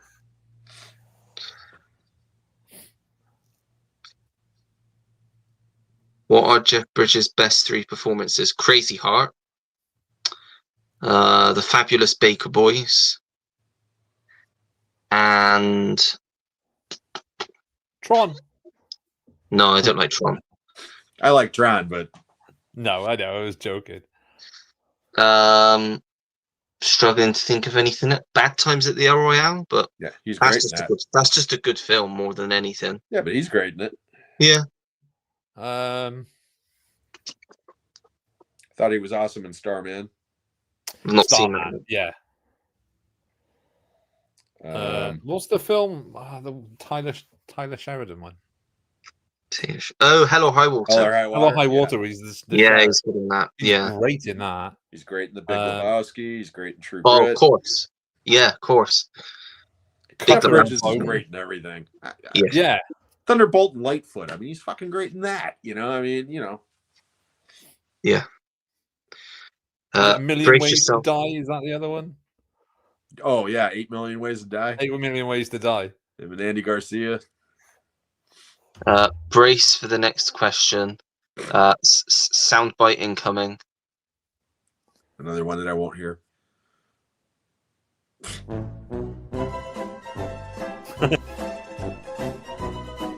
Hopefully it's a sound effect that says no. No, it's the music from the end of Curb Your Enthusiasm. Oh. Yeah, he was shocked that I knew what that was. The music No. And I was like, it's an American show. Of course I know what it is. I was shocked that everyone else knew what it was. Like Stuart knew what it was, and I was shocked. I feel like I'm the only Brit that knows it. Like it feels like one of those shows that just never really was big over here. Yeah, it's Huge pretty over here. iconic over here. Is it? Yeah. Family Guy parodied it years ago. As Jar Jar Binks. No. No. One, The Big Lebowski. Oh yes, The Jagged Edge is great, and The Fisher King's All three great. of those are fantastic movies. Well, I don't know about Jagged Edge because it's the top film that's on a pile over there. Yeah. It's The good. other day, and I haven't watched it yet. Yeah, I love It is that in good. the comments of that video, Pete. I was like, Jagged Edge is great. It's The like Fisher King I haven't seen in years, and I'm not a big fan of The Big Lebowski. I like him in it. I think he's great, and I love John Goodman. Shut the fuck up, Donnie. I'll say Jagged Edge is Fatal Attraction before Fatal Attraction. Yeah. Pretty much, but different. But it's got Different Robert stuff. Loggia in it. Yeah. So, love that guy. Do you like Punchline, Tom Hanks, Sally Field? Yeah, I quite enjoyed that. I've got that on Blu-ray. Yeah, but neither one of them are funny. That's the main problem True. I have with that movie. When they get up on stage, neither one of them are funny. Yeah. I had the DVD of that for years, and I can't remember where it's gone. Yeah. US stand-up is very different to British stand-up. Oh yeah, big time. Very British. Do you like The Door on the Floor drama with Jeff Bridges and Kim Basinger? I've not seen it, but I have a feeling I'd like that one. I haven't seen it. Heard of it. Haven't seen it. Pauly Shore as Jar Jar. They missed a trick. Only way that would have ever worked, to be honest. Maybe. Roger Rabbit is Jar Jar. Stacy. Edel.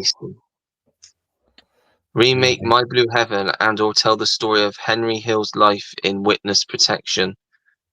That would be quite boring. It wouldn't be very much like Goodfellas. My Blue Heaven's the sequel to Goodfellas already. So that's what confused me. That just really confused me then. The next one's even more confusing. Make Goodfellas Jimmy Conway prequel. No. No more remakes. No more prequels. No more 1988, an underrated movie year. I don't think so. I've been making the list. There's not a lot of great films from 1988. I have to be honest. It's top heavy. Yes. 87's a much better year, and 89 is a better year. Do you have a favorite Barry Norman film segment or review? I don't know who Barry Norman is. I'm probably too young to know who he is. Oh, let me explain Barry Norman. You know the TV show Film on BBC? It's got a year at the end. Yes. Right. So it was done by Jonathan Ross, and then it was taken over by Claudia Winkleman and someone else. But Jonathan Ross took it over from Barry Norman. Barry Norman was a film critic in the UK from forever ago, and he did the film show, the film review show, up until 2000, I think it was. And he was like the foremost film guy in the UK. It's now Mark Kermode. He's like the film guy. So that's who Barry Norman is. And then obviously Alex Cox was the other film guy in the late 80s, early 90s, because on BBC Two he had a show called Videodrome, which he would come out and he would introduce some bizarre movies that would then follow on. They would play on BBC Two. But that's who Barry Norman is. Barry Norman was like the goat of film here in the UK. for a long time. He was like Roger Ebert. Yeah, essentially, he was Britain's Roger Ebert. Yeah, gotcha. Space Above and Beyond, awesome show that I still need. Yeah, that's a good. Johnny has good just had a find. re-release on DVD. It's $22.99. The downloads for the there you go. Johnny's not even started Thunderbolts. Yeah, I don't think Thunderbolts is a great movie, but Yeah, like I said, I think it's entertaining. better than a lot of the shit that came out after Endgame. Let's put it that way. Barry Norman and Why Not completely destroyed Grease. That was pretty inaccurate for him. I'm not a Grease fan. I don't know what that means. Yeah, so Sorry. basically, he did a review that wasn't very kind to the movie Grease, Right. Which he kind of got wrong, and I think that was quite talking point in the 70s. Right. And Mark's also saying Jagged Edge is brilliant. Yeah, it is. I don't doubt it. I just haven't watched it yet. Yeah, it's a great. That's why I bought it. Jeff Bridges is just because you're never quite sure with his character, are you, Jim? You never No, quite. like sure I said, what that's why happens it's a to great the end. movie. You know, it's a very well made movie. Yeah. Going back even further in the 70s, there was Clapperboard presented by Chris Kelly before Barry Norman. Again, don't know that. Now another sponsor. Got lots of sponsors today that Jim can't hear. Jim won't get this anyway. And right now, you can save £50 per person. That's £200 off for a I hear this family of everywhere. I literally hear this in my dreams, and it's like nightmare fuel. I hope Tesco gets a lot of money from the amount this year. I was on a Jet2 plane coming home, and they played it about 5 times today. Like take off. And when we landed and we got down, they put it on. It's nuts. And Jim doesn't know what we're talking about. He's just kind of just sat there. I'm just sitting there, just yeah, biding my time. I'm gonna get my own little sound effects here pretty soon. The popcorn you're eating has been pissed in. Film at 11. Was born 84. These folks are before my time. I was 17 in 84. Go to hell, Jenny. I was born in 83, and I know who they are. Yes. Does anyone know this? Here, Jackie Weaver. No authority at all. I can name that tune in 3 notes. Here, Jackie Weaver. No authority at all. I don't know that. What? Read the standing orders. Read them and understand them. Read the standing orders. Read them and understand them. Read the. Oh dear.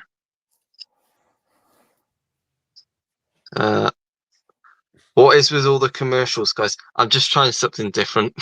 I honestly just thought I'd try something different. And going down in flames. Spicy.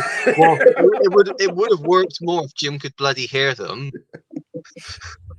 We were small, but we were slow. Si knows this. The town hall meeting, yes. Oh, yeah. No, whatever parish council meeting, yeah. Watching these people, being so polite while totally destroying each other. But you had to be where you were at the time of watching that. That was right in the thick of lockdown, and at that point, everybody was just so fucking bored about everything. Anything like that came out in the news or on social media, people just lapped up. And viral. Jackie Weaver is now an icon in Britain. Mm-hmm. Because she just eviscerated a room full of men. Yeah, because you kept on asking me about Jackie Weaver, and the only Jackie Weaver I'm aware of is the actress. Yeah. And it's like she's from Australia, as far as I know. So. No, she basically said she basically was saying taking over the meeting, and there's a bloke that says you can't hear him, but he says Jackie Weaver, no authority at all. And then she literally just kicks him out of the meeting. Yeah, you Brits are so damn proper. I mean, I don't fucking over here. They'd be throwing chairs at each other, and cutting each other in the parking lot. Mark says, "Oh, that's what my wife says to me to try something different." Not touching that one, Mark. I don't know what to say with that. What I'm going to do now, we're about halfway through the stream. If anyone wants to jump on and join us for a little bit, let us know in the comments, because we'd love to chat to different people. We've got 18 people watching at the moment. Yeah, So someone else jump on. Make yourself on. known. Yes, and then we can have someone else to interact with, because I think for the last 3 weeks, it's literally just been the three of us and Kenny. Yep, people are sick of me. I know that, but that's okay. I'm going to be taking a break pretty soon anyway. Yeah, We've got to persuade Sam to get back on. Oh, Yeah. I know. He needs to get back on soon. Wouldn't it be funny if Jackie Weaver played Jackie Weaver in the film? Yes. So probably about the same age as well. Right, we'll move on to the next topic now, which is the movie news roundup of the week. I've purposely, there's one bit of sequel news in here. Just one IP, and the rest of it's all original stuff. You'll be happy to hear. First up, Nicolas Cage is being set to star in Simon West's new World War II epic Fortitude, reteaming since Con Air. Yeah. Do you think that sounds interesting? Nicolas Cage reteaming with Simon. I mean, Simon. For me, it depends. Simon West has made one good movie. I was going to say Simon West ain't a very good director.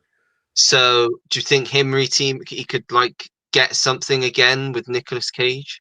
Again, it all comes down to script and cast. Yeah. So, Con Air on paper should not work, but it does. It works beautifully because of the people in it. I mean, everybody in that movie knows their assignment, and it's great. They ham it up perfectly. Yep.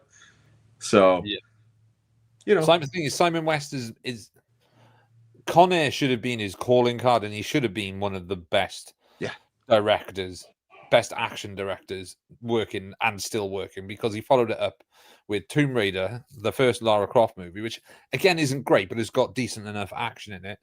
And then the next thing he did of any merit was the remake of The Mechanic with Jason Statham. Yeah. Everything else has just been quite bland. Yeah, I was going to say, he directed The General's Daughter, but that's kind of bland.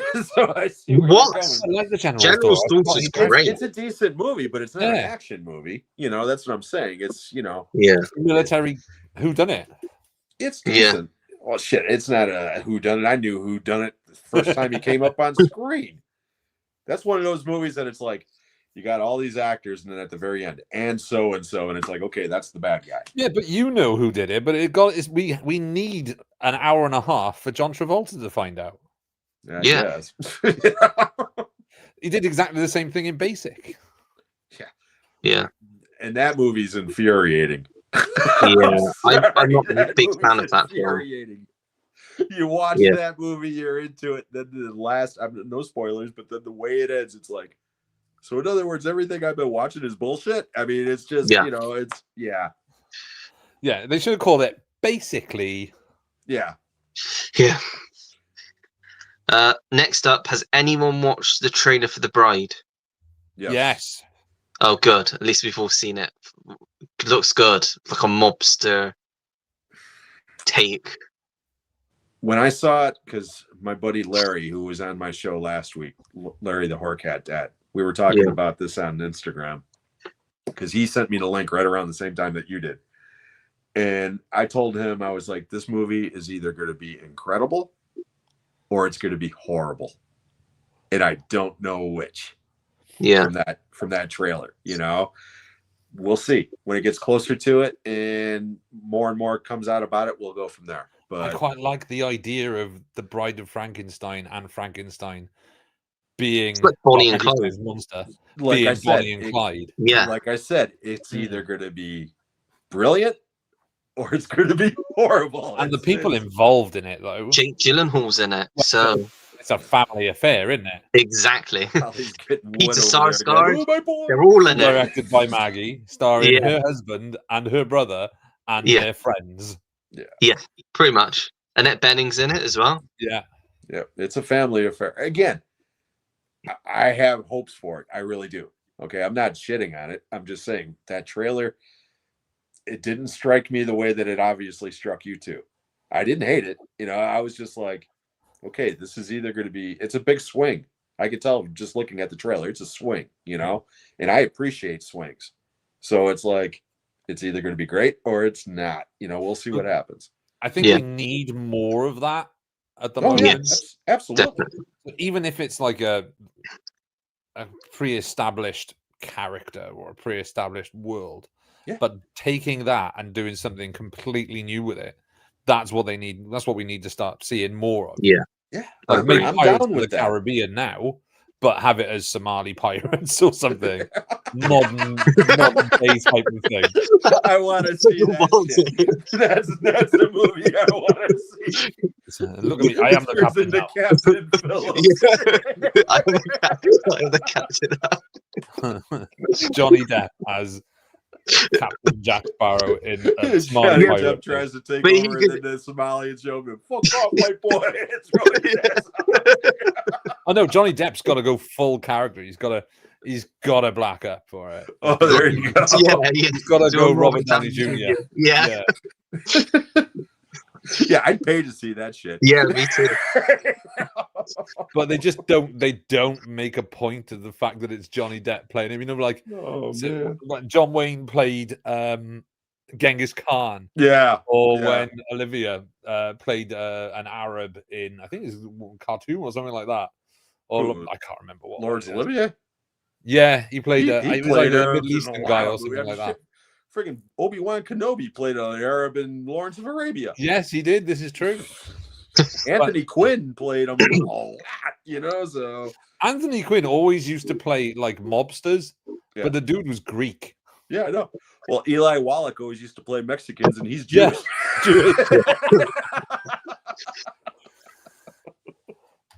It would have made The Holiday a very different movie if he played the old Jewish guy as a Mexican. It always cracks me up, whenever I see, I hear these younger people, no offense, Allie, but people in your age group looking at some of these older movies and going, "Oh my God, it's so racist, it's so racist." It's like, no, go back another 20 years and see Mickey Rooney in Breakfast and Tiffany. That shit is racist, okay? Yeah. Hot, hot, hot, hot,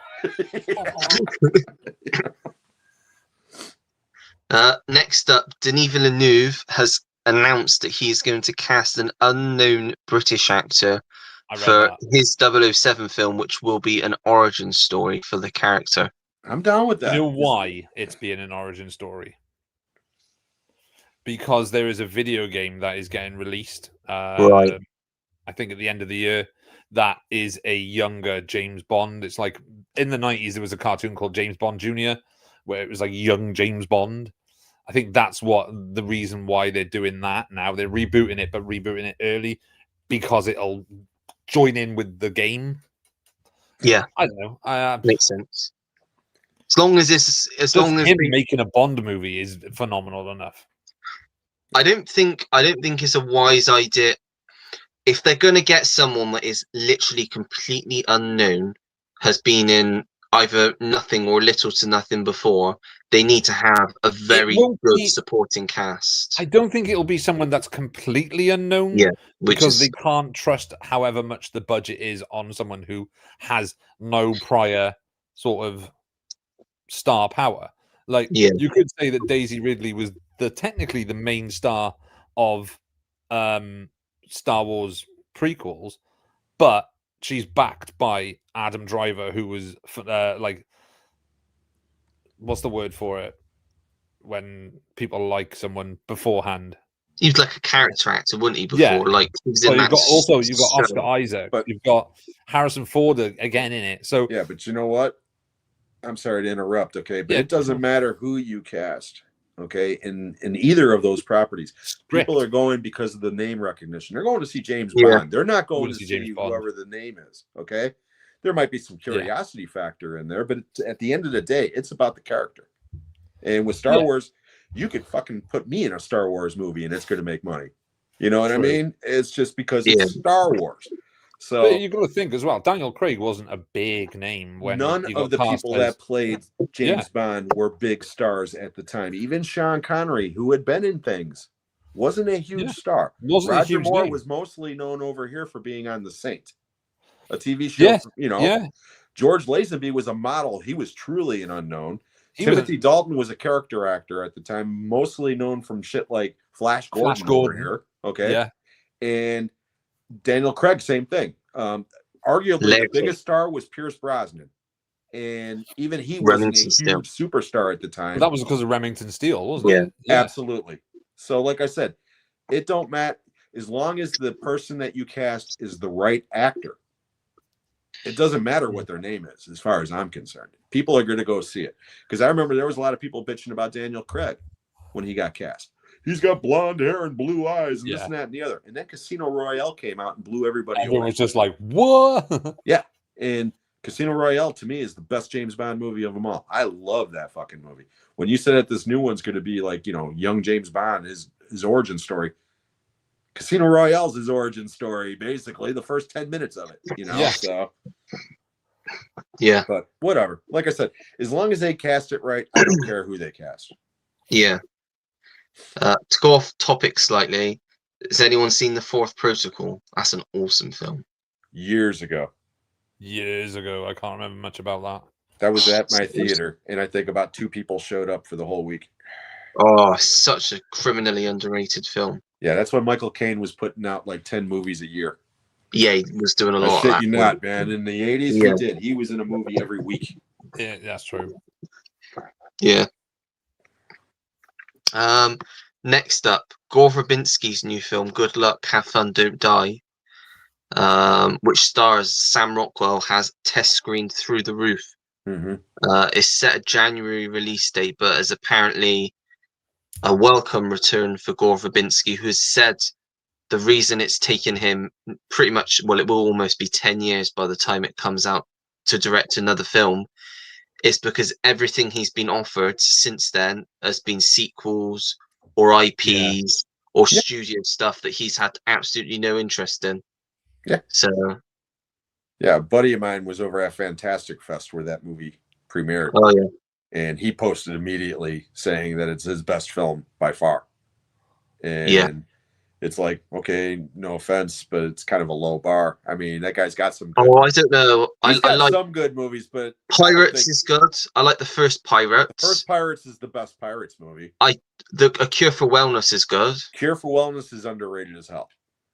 But then you've also got to balance out. I thought Mouse Hunt was actually kind of but you've got to balance it out with like the Lone Ranger.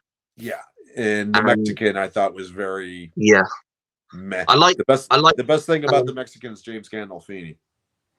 Yeah, I like The Weatherman. Have you seen The Weatherman with Nicolas Cage and Michael Caine? That's good. No, see, I always get that one confused with Matchstick Men. With Cage from Ridley Scott and Sam Rockwell, and that one's good. That's a good movie. The Weatherman's quirky and fun. I do like The Weatherman. I don't think I've seen that one, but I can't think what else. Well, he mainly did. He did the first 4 Pirates films, didn't he? Yeah, I think so. Yeah, and The Ring, which I've still not seen. Again, and I hate that fucking movie. I mean, that everybody loves that movie. I hate it. I hate it.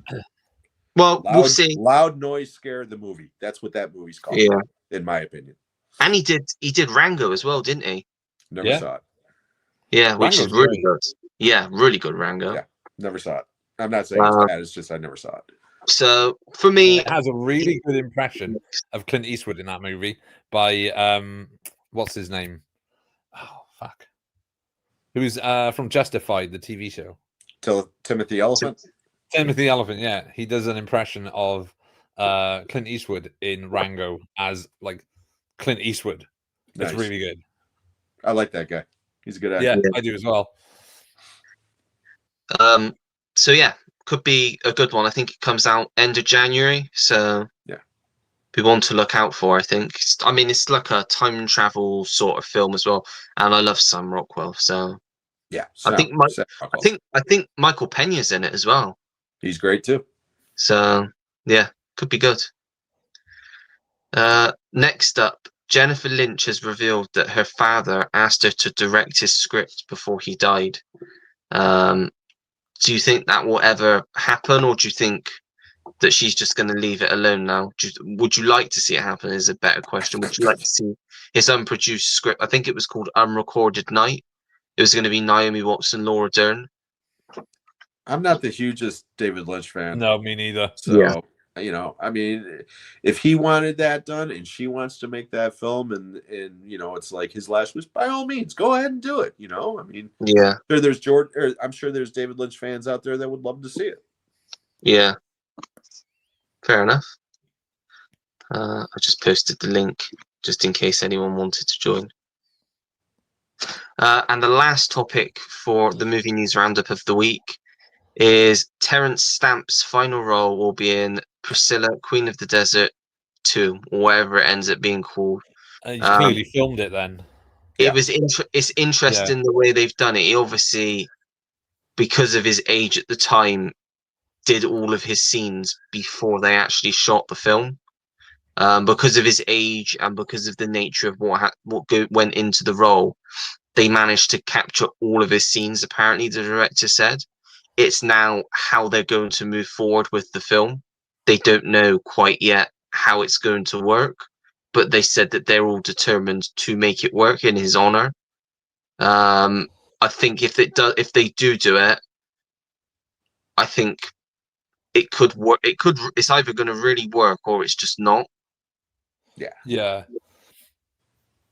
I think if it's going to be splicing like they spliced in Carrie Fisher into but I don't know, because this was part of the film. This is part of the story, whereas that was stuff that was shot for previous films that they just didn't use. Mainly. But that kind of sounds like what this is. They filmed his parts, but they haven't filmed the movie yet. Okay, so does that mean that all these things are just him? No, they've got the script, so the script's done. But it's no different because they did the same with Ellen Burstyn in the last Exorcist film. They shot all of her scenes before they shot the actual film. Yeah, but well, I've never seen that movie, so I don't know. But she doesn't have a major role in that, does she? She's got quite a few scenes in it. But again, it could be exactly the same as Terence Stamp in this. We don't know what the scenes are, though. It could be don't know. His character on the deathbed or something like that. Yeah. Well, no, he specifically said that he won't be going out on like that because he specifically requested that his character went out as people would expect him to. Again, if it's done the right way and it's a tribute and it's not like some sort of ghoulish cash grab, then by all means, great. You know. Yeah. I probably won't watch it, but you know. Yeah, fair enough. That's not my thing, you know. So I saw the first one. Yeah, but I don't like legacy sequels by and large. So yeah. Where were we? Johnny says, "No idea who Jackie Weaver is. Think I'm insulted." Insulated. Yeah, I'm American. So he's got an excuse. Christian Bale in The Bride looks like he belongs in a Dick Tracy cartoon. That's kind of what I thought. The whole trailer. Yeah. It gave me Dick Tracy and Rocketeer vibes. Yeah. Olivier played the Maddie in Khartoum, and Anthony Quinn, the prolific Greek cowboy in lots of westerns. Yeah, I mean, Burt Reynolds played an Indian a couple times. I'd love to see Harris Dickinson play Bond. Good choice. I don't know who that is. Is that Bruce's son? He was in The Kingsman. I haven't seen The Kingsman. I've only seen the first two. Yeah, I saw the first two. I haven't seen the third. Yeah. I don't know what else. What else has he been? He's playing one of the Beatles, I think. In Boyle movies. Yeah, I'm sure he's playing one of them. Bruce Dickinson is James Bond. I want to see that movie. Joel Grey plays it. Yeah, Japanese martial arts in Remo. That is incorrect. He plays a Korean. There you go. There you go. Get your races right. Because he goes on and on and on about how much he hates Japanese people in that movie. Koreans are the best race ever. You know, all kinds of crazy shit like that. Yeah. Joel Grey should have won an Oscar for that role, by the way. Yeah. They reckon Jacob Elordi will be the next 007. No, it's wrong. It's wrong on every level. No, just no. He's a pretty boy that doesn't deserve to be 007. Isn't he like 7 foot tall as well, though? I don't know, but what I've seen him in, he doesn't he's not really impressed me. He played Elvis, didn't he, in the Priscilla film? And he wasn't great in that. He's the Frankenstein monster in Yes, he is. Del Yeah, Toro's new one. yeah. And he's in the new Wuthering Heights, which probably gonna be a pass for me. He's another one of these young actors that has just appeared from nowhere and just started taking all these roles. Like Timothy Yeah. Chalamet was the same. Like, where did he come from? And he's One minute overrated. he's not there. The next minute he's in a like massive lead in a movie. Glenn Yeah. Powell. Yep. I like Glenn Powell. Yeah, and I no. like Glenn Powell, but he kind of came out of nowhere. I mean, now he's in everything. Last year when he was like leading Twisters, I was like, who the hell is this guy? You know, now he's leading the Running Man coming out next He month. slummed it in Expendables 3. Yeah. Yeah, his which I first never movie. saw. So, But yeah, you didn't miss much. No, but I he's gave up really after good the in Top second Gun one. Maverick as well, though. Yeah. yeah, that's probably the first thing I Yeah. Well, actually, I saw him in a movie called Everybody Wants Some, but I didn't know he was. Oh, yeah. Same thing with Yeah. Wyatt Russell. You know, he's in that movie too. Mm. He's in 22 Jump Street, isn't he, Wyatt Russell? Yeah, and he's Yes. funny as hell in that movie. Yeah. That movie's great. It really is. Both of them are. Yeah. These sons of bitches are going to dental school. Leave Korean Jesus alone. He's busy doing Korean shit. 007 First Light, the March one. 26. I just want to see PC game £50. Nah. Ah, it's way too expensive for a PC game. Yeah. GoldenEye was a great game. Brosnan lost out to Dalton. Yeah, because Yep. Remington still producers wouldn't release him. Yep, that's right. Yep. And Dalton got screwed. I still think Dalton was extremely underrated as James Bond. Dalton is the closest to how Ian Fleming wrote James Bond. Exactly. Yeah. And two of my favorite Bond movies are License to Kill and Living Daylights. That's the Badger. Yeah. License to Kill. I really like. I mean, Robert Davi's not the best villain in the world, but it's still a really good movie. It also got Benicio del Toro's in that as well. Yeah. Yep. Yeah. Yep. What was your favorite 1990s adventure movie? 1990s. It's more that I always associate the 80s with adventure films. The 90s didn't have a huge amount of adventure specific movies. There was movies that had moments of adventure or were adventurous, I guess. Jurassic Park. Jurassic Park, I would say something like Tremors is a bit of an adventure. But there wasn't the same sort of adventure-y type of movies as like The Goonies or Explorers or stuff like that. I think probably the biggest one that came out in the 90s would have been Cutthroat Island. And that destroyed an entire horrible fucking movie. Bankrupted a studio. Hey, Jim, I've got the 4K of that. Yeah. You're the one. That's another director that's like this, Rennie Harlan. Yeah. When he's good, he's very good. When he's bad, he is bad. Yeah. I'm not, Mark, I'm not going to answer your next question because I'm afraid I'd start Jim off. In fact, I know I'd start Jim off. Well, no, because it's about your favorite person in the world. He's asking a question about. That's fine. Trump. Yeah, that one. Yeah, keep the politics out of it. That's what I mean. He said don't like talking politics, but I don't. It's never a think good thing when the first thing out of your mouth is, I don't want to talk about this, but. And then you start talking about Trump. Yeah. Yeah. I don't think we're going to talk about that. Yeah. Mark, just to stop anything from. Yeah. If you got any questions for me about that, Mark, feel free to send me a message, and I'll be happy to talk to you about it. And a different forum. Let's put it that way. Favorite Bird on a Wire scene? I've never seen Bird on a Wire. I remember the poster more than the movie. Yeah. Any scene that has Goldie Hawn's bum exposed. Oh, okay. Yeah, well, Goldie There's Hawn. a motorcycle. There's a really cool like dirt bike motorcycle chase between Mel Gibson and some guys chasing them. It's a really fun movie. Bird on a Wire. Yeah. John Badham, another great underrated director. Make America Glasgow again. Have some scotch. Works for me. Favorite car chases. The French Connection. Ronin. Live and die in LA. Which Ronin car chase? Because there is two. Oh, exactly. Both of them are good though. I like the one. Is it in Italy?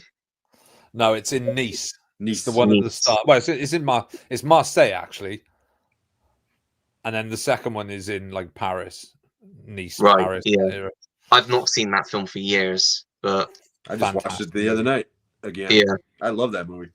It's one of my favorite films of all time. Yeah. Live and Die in LA and The Raid 2. The There's Raid an 2 car. incredible car yeah. chase in The Raid 2. Yeah. The freeway chase in Bad Boys 2 is really good, where they start launching cars off the back of the thing. Yeah. French Connection, Bullet mainly because it was the first one to do it without rear projection and to actually do it on streets. There is a car chase at the end of McHugh with John Wayne across some beaches. And there is another car chase in another John Wayne movie called Brannigan, which is through the streets of London, which is very, very well shot. What else is there that's really good? The 7-Ups. The 7-Ups has one of the most insane car chases with the most insane ending of a car chase. And probably the end chase in the Blues Brothers. Yeah. Yes, of course. That's the most epic one. Yeah. Yeah. I think that's I can talk about car chases for hours. Yeah. That's the most cars used in a film in a chase scene. Yeah. I think, They filmed part of that like literally 2 miles from where I was living at the time, where they're on the highway and he's like, Jake, I need to pull over, and then you see him go off the road, and then the cop car goes in the back of the truck. I am forgetting that right by my house. I am forgetting probably one of the greatest moments of car chase is the end chase in The Driver. Yeah. Or the 40-minute car chase from Gone in 60 Seconds. Death Proof. The final chase between the girls and Kurt Russell is phenomenal in Death Proof. Yeah. Especially how it ends with him screaming like a little bitch. What about the Matrix sequel on the backs of the trucks? It's great, but a lot of that is CG, though. I tend to like the ones that are more practical. That's why I love To Live and Die in LA so much. Because there's aerial shots of that shot on the freeway where you could see cars coming from like 10 miles back. Yeah. And it's just, boom, boom, boom, boom, boom. It's crazy. There's a really good car chase in the opening of the Bruce Willis film. Fuck, what's it called? Is where he plays the river police officer with Striking Distance. Striking Distance. That's the one. There's a really good car chase in the opening of that. And the opening scene in Stakeout as well has a really cool John Badham shot car chase. Just anything with a car chase. Yeah. Car chases are cool. They are. And the last one, because I could literally, like I said, I could talk for hours about car chases. The remake of Get Carter has a really insanely good car chase. I got to mention one more too, since you mentioned Bullet. Okay. There is a great parody of the chase scene in Bullet, and it's probably the best part of the movie in the Deadpool, the fifth Dirty Harry movie. Oh yeah. Where they're literally being chased by a little remote control car. Yeah. And it's so ridiculous, but it's funny as hell. Yeah. And that one I always had a soft spot for that. Sai says Jumanji was a great 90s adventure film. Yeah, I do like Jumanji. I completely skipped over Jumanji. Yeah. I wasn't really in the age group for Jumanji, so it didn't really do anything for me. I love Robin Williams, though. There is a top car chase in One Battle After Another. The cinematography. Yeah, I agree. I do agree with that. The way that they up and down. I do. Yeah, I did enjoy that bit. Yeah. Ooh, there's another great car scene that I should have mentioned in Children of Men, where they're in the car. It's not so much a chase scene as it's the single inside and yes, and with it's the bullet. Just one sequence, but it is so good. Yeah. Oh, all of Mad Max Fury Road. Yeah. Or Road Warrior. Mad Max 2. Road Warrior. Yeah. Any Mad Max movie, for that matter.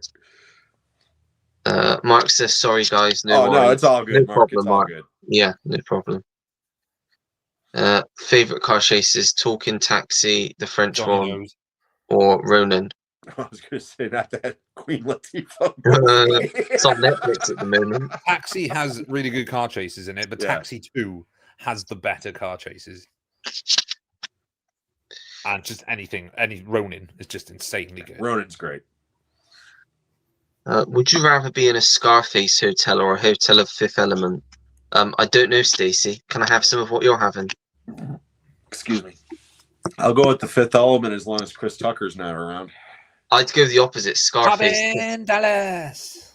I wouldn't want to live in a futuristic hotel. I'd want to live in a luxurious hotel, like with cocaine in the world everywhere. of Scarface. With well, no, I wouldn't do the cocaine, would I? But you want bowls of cocaine in every room. Yeah, complimentary cocaine. Come on, pineapple.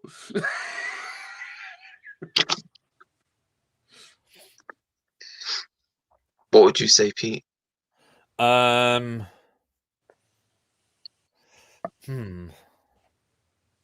a lot of Fifth Element is set in a hotel, and there is a lot of stuff that goes wrong. So I don't know if I would want to be in a Fifth Element hotel. But then there's a lot of cocaine in a Scarface hotel. So I don't know if I'd also want to be around that much cocaine.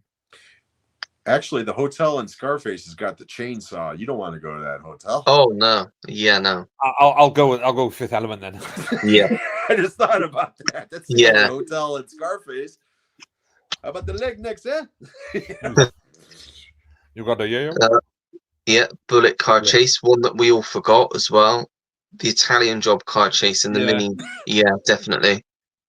A film that is not that well regarded, although I enjoyed it, but has got a very good car chase in. Tenet. I enjoy Tenet. It's weird, you know. I mean, it doesn't make a whole lot of sense, but the visuals on it are great. You got to watch it a few times to kind of get your head around it, I think. Yeah, that's a Nolan film. It's the way most of Nolan's films are. They don't have Batman in the title. Stuart can't watch it. Well, again, we love Stuart, but you know he's a simple man. Stuart, this actually made me laugh when Stuart said this. Stuart said he can't. He gave away his copy of Inception because it's too. He said, I can't remember the exact words he said, but he said something about he can't think that much. Dude, he told me that Fury Road is nothing but noise. Oh, God. That The Matrix is stupid. Okay. And what was and Dark City was stupid and annoying, mainly because of the lead actor and Kiefer Sutherland's stupid voice. And I'm like, okay. We love Stuart, but Stuart's got some... Stuart, we love Stuart. He's a simple kind of guy. Yeah, but the thing is, when I first joined the group, me and Stuart were like, we literally agreed on everything. Like everything Stuart would say something. Oh yeah, I love that. I'd say, or I'd say I love the film. Oh yeah, I'd love that. The longer I've known Stuart, the more different we have become on what films we like. Yeah. And it was the opposite with me and Roy. Me and Roy used to not like any films that the same as each other. And I'll see like what Roy's weekly watches, and I like that film. And Roy said, "Oh, this is a great film," and I'm like, "What is going on here?" It's like everything's just changing. Yeah. No, again, you like what you like, you know. And again, Stuart's a wonderful guy. I love the guy. Yeah. You know, I mean, I love picking on him, and he picks on me. It's all good. Oh, Giz, lucky guy. Just found a wrapped and sealed cabin in the woods I never knew I had. Cabin in the Woods is great. Get on that. Yeah. Love it, love it, love it. Mark said, I would love to join you guys, but maybe next week if that's okay. Yeah, it'd be great to have you on. Mark. Yeah. Be awesome. Stacey says, where's Sam? Sam is with his parents at the moment for the week. So that's where Sam is. Mr. Frodo. Yeah, and about an hour before the stream went live, he posted a photo on Facebook with a bowl of chips, a pint of beer, and a pint of Coke. Don't ask why. He does it all the time. I don't really know why he has a pint of Coke and a pint of beer. When we were in Birmingham, he asked Roy if he could have one. Roy said, yep. Anyone else I would say no to, but because it's you, he did. And to be fair with him, within 30 minutes, he had drunk a pint of beer and a pint of Coke. And we wonder why he gets smashed so quickly. Well, if he was at the Scarface Hotel, he'd have a pint of beer, a pint of chips, and a bowl of Coke. A bowl of Coke, yeah. The chase with Charlie Sheen and Kirsty Swanson is basically one big car chase. I forgot that movie even existed until I read that. Yeah. He's correct. What should Ben Foster be in? Anything that's good. Everything. Yeah. Everything. Well, not everything. If he was in everything, it would also mean he'd be in the shit films as well. Doesn't matter. He would make the shit films better. Because that's you what ever Ben see The Foster Contractor? does. Huh? Did you ever see The Contract? No, I never watched that. No, I Yeah. Kiefer Sutherland as well. Watch that. It's a really good, like, espionage, like, on the run thriller. That kind of went under the Foster could radar. show up for 5 minutes in a movie and make it better. He's just one of those guys, you know. Love him in 30 Days of Night. He's just creepy as hell, man. I mean, just creepy as hell. In 310 to Yuma. Yeah, he's phenomenal in that. I mean, that movie's got Christian Bale and friggin' Russell Crowe in it. And Ben Foster steals the movie from both of them. I mean, he's just... Peter Fonda as well. Yeah, Peter Fonda's great in that movie, too. Yeah. Everybody's great in that movie. Like, I remember seeing Ben Foster in Get Over It. Was like the first film I saw him in, and then the next film I saw him in was Hostage, where he played the psycho killer with the long hair. Basically, he was dressed as the El Mariachi for the entire movie. But he's insanely creepy and scary in that movie. Yeah, like I said, he's just one of those actors. Yeah. He's just so good in everything, and he's just one of those guys. You know, I mean, he's a character actor who could obviously be a leading man, but whenever he's a leading man, it's always in a smaller film for some reason, and he deserves better. So, but then again, he's also a very in-demand actor, so I guess he's doing quite well. So yeah. Do you want a George Washington biopic? No. I know the story. So. Yeah. So should you, Jim? No. I'm sure you could. You learned it at school, didn't you? Yeah, and then I found out it was all bullshit. I cannot tell a lie. My ass. Can Jim do a worst 10 movies list sometime? You'd have to think for that, wouldn't you? Yeah, and again, that's subjective. Yeah. Because I hate Dirty Dancing. Okay, everybody knows how much I hate Dirty Dancing, but it's not the worst movie of all time. No. So, yeah, it's subjective. Oh yeah, Sam did tell me this. Sam missed out on seeing Aliens tonight because he's at his parents. Yeah, we're sat on the watch along on Friday, and he just casually you couldn't even make this up because it's Sam. He sat there and he's like, "Oh yeah, Ollie, I've got some bad news to tell you." And I'm like, because the way he said it, I'm like, "Is this funny bad news?" And he just freezes and he goes, "Yeah." And he goes, "So, I was going to go and see Aliens. Well, it turns out I forgot that I'm going to my parents." I'm like, Sam, just watch the goddamn film. Exactly. I'm not kidding you. What followed, you could not make up. He sat there for I think it was about 2 or 3 minutes, and he sang a song about how he couldn't go to see Aliens and how he will go and see it next year. A Sam song, and he was literally just singing. Okay. And I'm sat in my chair, and I'm just sat waiting, and I'm thinking, okay, Sam. And I think, oh yeah, it's finished. And then another verse starts, and he goes back to the chorus. I don't know how he thinks of like putting these songs together. Oh, but he was working on that one, pal. Yeah, I just clapped at the end. I said to him at the end, I said, I could go to the group now, and I could say just what just happened. And they probably wouldn't think it's a lie. They'd probably think it's true because it's you. He said, yeah, I know. Yeah. You guys got to do an intervention with Sam. He won't. He said he's gonna wait now. I said, That's what I'm Sam, saying. You got to give him an interview. I mean, at this one point, of his us- parents should have said, "Sam, go to the Yeah. goddamn movie." why don't we just send him a copy of like the 4K or something, and then he's got no excuse not to watch it. No, he'd be like, "I'll hold on to it till next year, mate." Yeah, but no, it's annoying. I'm gonna send Carlos over there with a bat. Yeah. Matrix is crap, to be honest. Too much of it's borrowed from elsewhere. As soon as I saw the ghost in the shell green writing thing, I was nah. Fair enough. I like the first Matrix. The Wachowskis never kind of hid the fact that it was influenced by Ghost in the Shell or any other anime.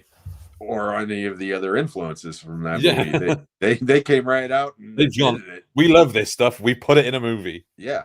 And regardless, I mean, a lot of the Matrix hate has come because of the sequels and because, you know, after a while anything gets big enough, people are going to start bitching about it. I don't think people really remember how influential that movie was when it came out. I mean, literally for the next decade, everybody was copying how the look or the effects or the fashion or the music or all of the above. And none of them were as good as that original. I mean, 99, this is before you were born, Ali, okay? But in 1999, all the hype, and Pete will remember this, all of the hype was for Star Wars that year. Because that was the year that Phantom Menace was coming out. Yeah. I had never seen that kind of hype for a movie in my life up until that point, okay? Because it was the first Star Wars movie in 20 Since years. 83. Or 15 years, 15 rather, years. okay? Yeah. The Matrix blew Phantom Menace away. I mean, I saw The Matrix before Phantom Menace, and when I saw it the first time, I walked out, bought another ticket, and went right back in. I didn't do that shit with the Phantom Menace. So, say what you will about The Matrix. The first movie's great. Yeah. Mark says, Pete, I love Ronin too. Do you think De Niro couldn't pronounce Hereford and they were all too afraid to correct him? That is alluding to a scene where they've just done a job where they're supposed to buy a bunch of guns under a bridge in Paris, and the Sean Bean's character is in charge of setting it all up, and they get ambushed, but there's two shooters that are like opposite each other. So he goes to a whiteboard and he writes 2 shooters across from each other, shoot each other dead. Who taught you that? Sean Bean goes, 22nd Special Air Service. And to which Robert De Niro replies, what is the colour of the boathouse at Hereford? Which is meant to be Hereford. And he goes, I don't like your tone. He goes, what's the colour of the boathouse at Hereford? But he says it again. And then he says, you talk about an ambush, I just ambushed you with a cup of coffee. I've seen that film so many times. But yeah, he kept saying Hereford instead of Hereford. But I don't think it's the fact that he's pronouncing it wrong. I think it's just the way Americans, Jim, you might know this, pronounce certain things different to how they are supposed to be pronounced. I say tomato, you say tomato. I say tomato. I also tomato. Yeah, it's just a pronunciation thing. It's not. I don't think he pronounced it incorrectly. I think it was just his way of saying certain things, like we have different regional accents in the UK, therefore certain words are going to sound different. It's the same with the American thing. Yeah. But Mark, I fucking love that movie. I'm going to watch that tonight now. Yeah, I love that movie too. I love it. It's probably just us dumb Americans butchering the English language as usual. Ben Foster in Hell or High Water is brilliant. Yep. Yeah. I liked Alpha Dog with Ben Foster. I've not seen that one. Justin Timberlake's in that one. So and Bruce Willis. Bruce Willis, yeah. Two can fight, one can win. Gina Davis, Goldie Hawn. Gina Davis wins that hands down. Davis easily. She's got the reach. She's a big bitch. I mean, Goldie Hawn did Private Benjamin. Goldie Hawn's too damn adorable to hit. I mean, come on now. She was in Private Benjamin, but Gina Davis was in The Long Kiss Goodnight. Exactly. Yeah, exactly. Yeah, I love both of them though. I mean, Yeah. Goldie Hawn was Yeah. probably my first crush. I saw Foul Play when I was like 10 and was just like, oh, I love her. Sai's going to go to Sam's and tie him down Clockwork Orange style Yep. and make him watch aliens. Good plan, Sai. Just Please pry do. his eyes open. Yeah. Matrix looks and effects borrowed, and to be honest, apart from that, it's a shallow film in my humble opinion. Yeah. Oh, it's a Again. very simple plot when you really think about it. Yeah. But I there's will nothing- say that there's- I love the first time that I saw it, what blew my mind, and it wasn't the effects, and it wasn't this, and it wasn't that. It was just the idea that everything is not real, but the idea that in reality you're being used as a battery, I just thought was a brilliant idea, you know, and I still do. I think it's just a great idea. So the baby farm thing is still the coolest thing in the Matrix. Yeah. Did you see the last one that came out? The one that premiered on HBO Max? I liked it. I fucking hated that movie so much. I- Except Well, for the the new- one scene when all the people were dive bombing out of the buildings. Oh yeah. That was cool. That was really cool. I thought it was awesome. The only thing that I didn't like is why they didn't bring Lawrence Fishburne back. Didn't get that. Yeah. Neil Patrick Harris was the best thing about that movie. He was good. Yeah. I liked the Matrix Resurrections, revisions, whatever whatever it's it's called. But I didn't like them making Trinity the one. Yeah. Like I I think just we didn't like spent the movie. 3 movies being convinced that Neo was the one. Yeah. And then 15 years later, no, actually, Trinity's the one. Yeah. It didn't, yeah. Like I said, the whole thing became so meta and everything else. I was just like, no, I could not get into it. My wife actually tuned out halfway through it. She was like, just let me know what happens. Yeah. And I tried to explain it to her, and she's just looking at me like, are you on crack again? Yes, I am, but I'm telling you this. I'm telling you, it was a good movie.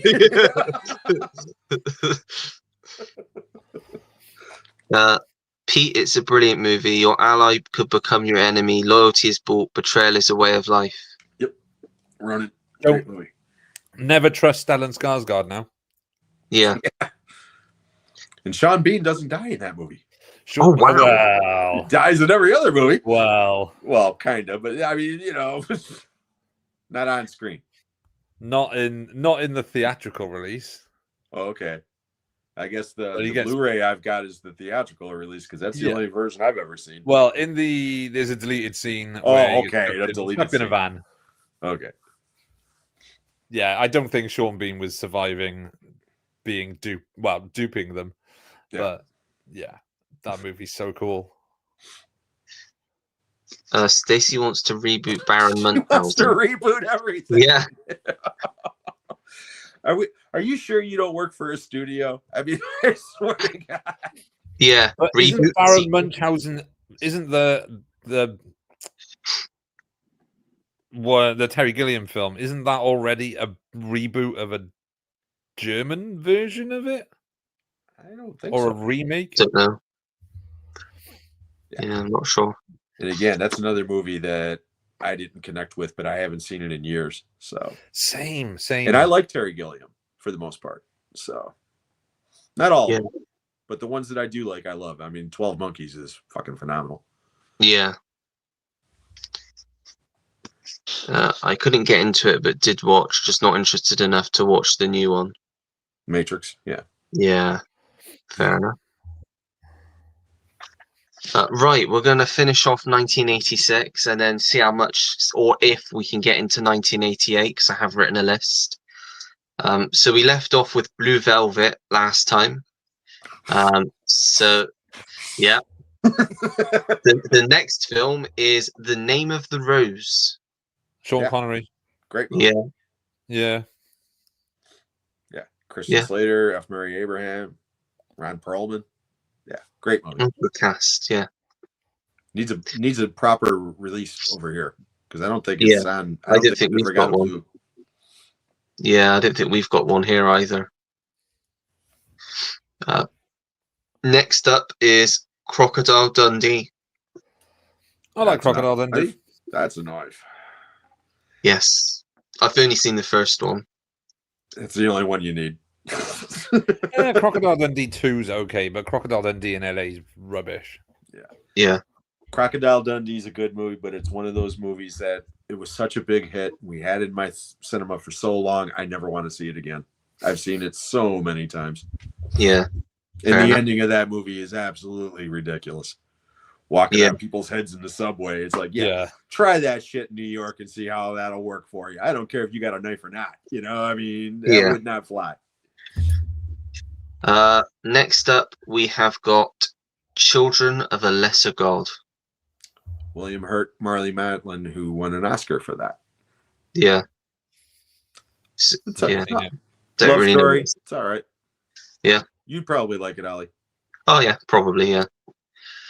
Next up is Tough Guys.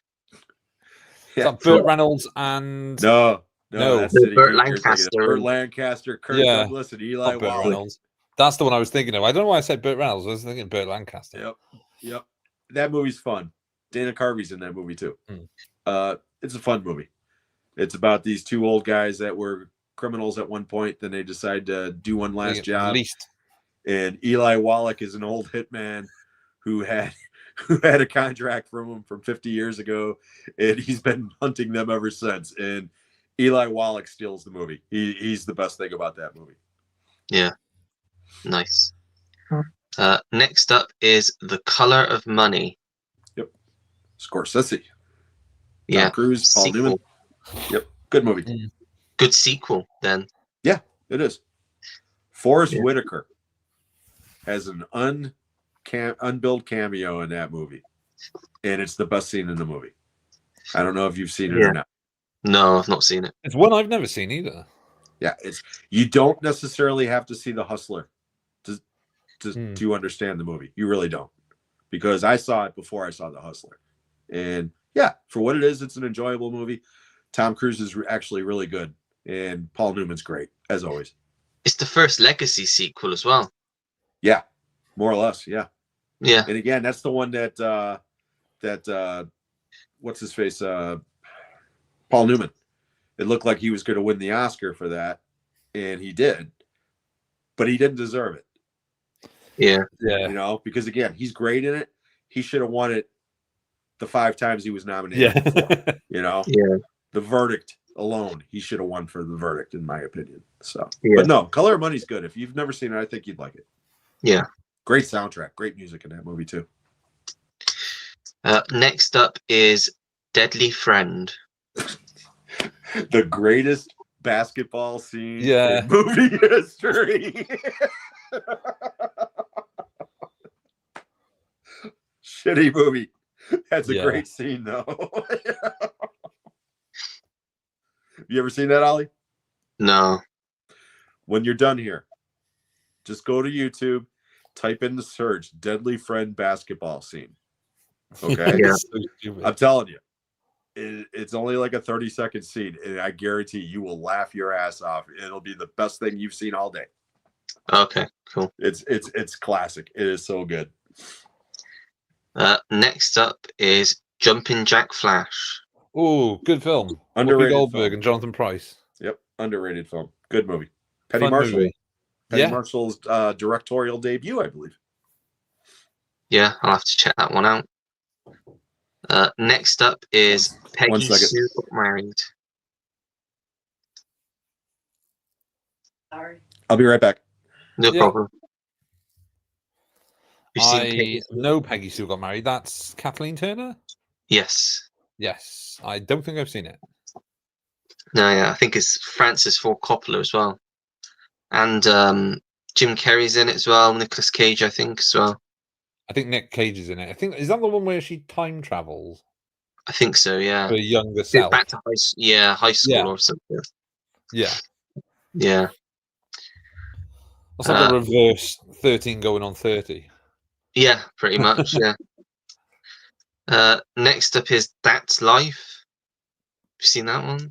Never heard of that one. That's the Blake Edwards film with Jack Lemmon and Julie Andrews. No, I haven't seen that one. No, fair enough. One that Jim's mentioned before, Soul Man. You seen that? C. Thomas Howell. Yeah. Yeah.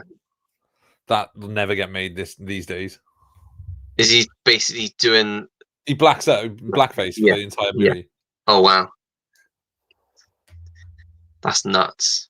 Yeah. I suppose it's the 80s though, so they got away with it then. Yep. Yeah.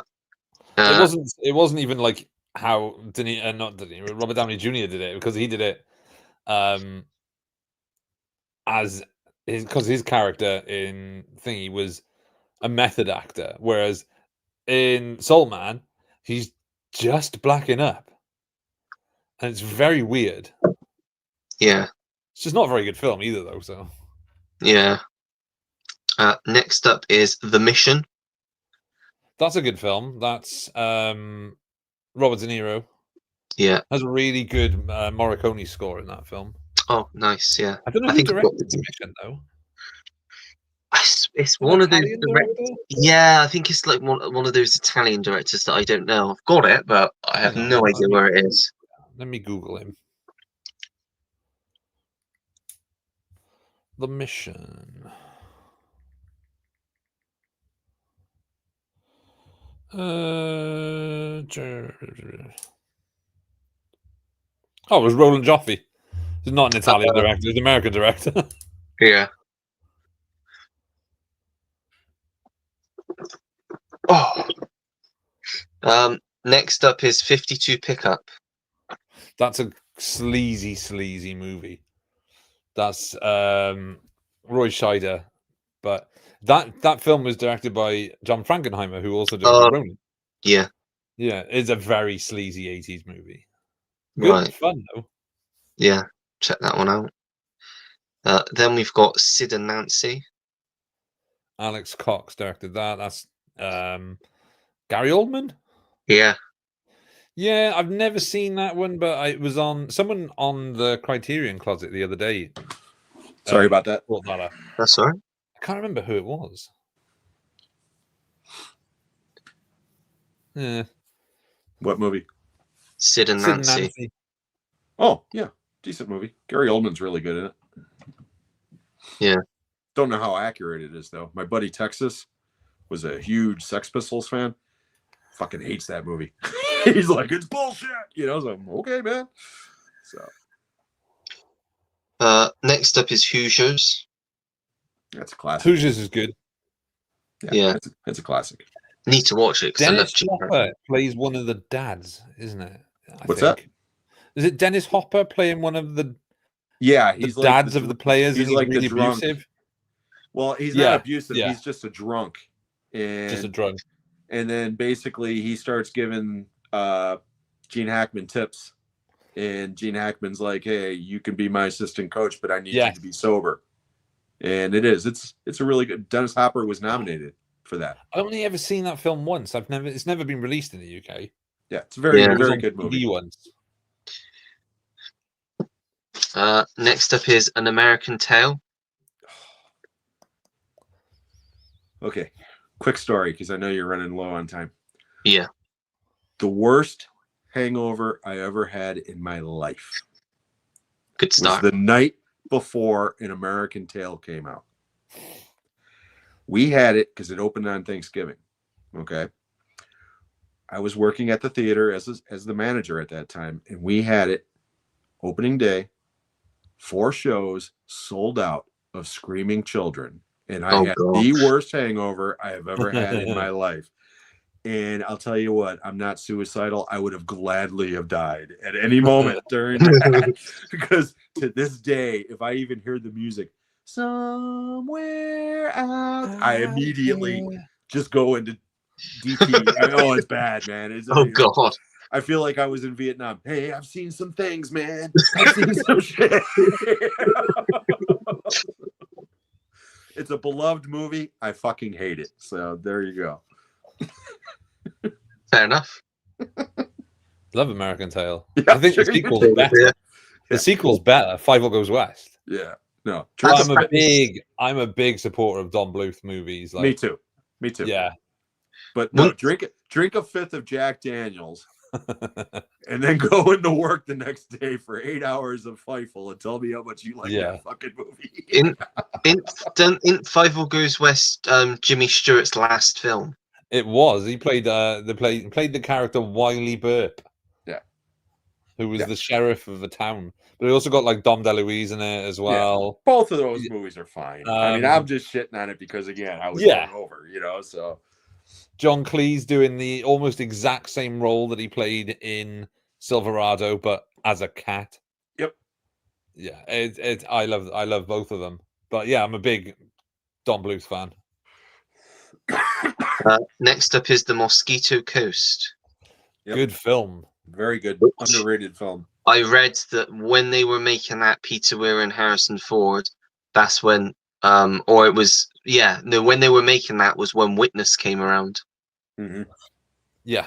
Witness came out the year before. But they made, I think they made Mosquito Coast. Right. Yeah. Yeah. But, River Phoenix is in that.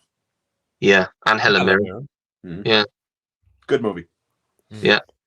I think they turned it into a TV show or something. Yeah, recently. I haven't seen it, but I watched the part of the first series and I couldn't get into it. Yeah. Next up is Star Trek: The Voyage Home. The whales. The most entertaining of the Star Trek films. Nuclear whistles. Yeah. Watch where you're going, dumbass. Well, double dumbass to you. Double dumbass on you. That movie's basically a comedy. So you're from outer space? No, I'm from Iowa. I only work in outer space. Yep. Yeah. You'll enjoy that one, Ollie. Yeah.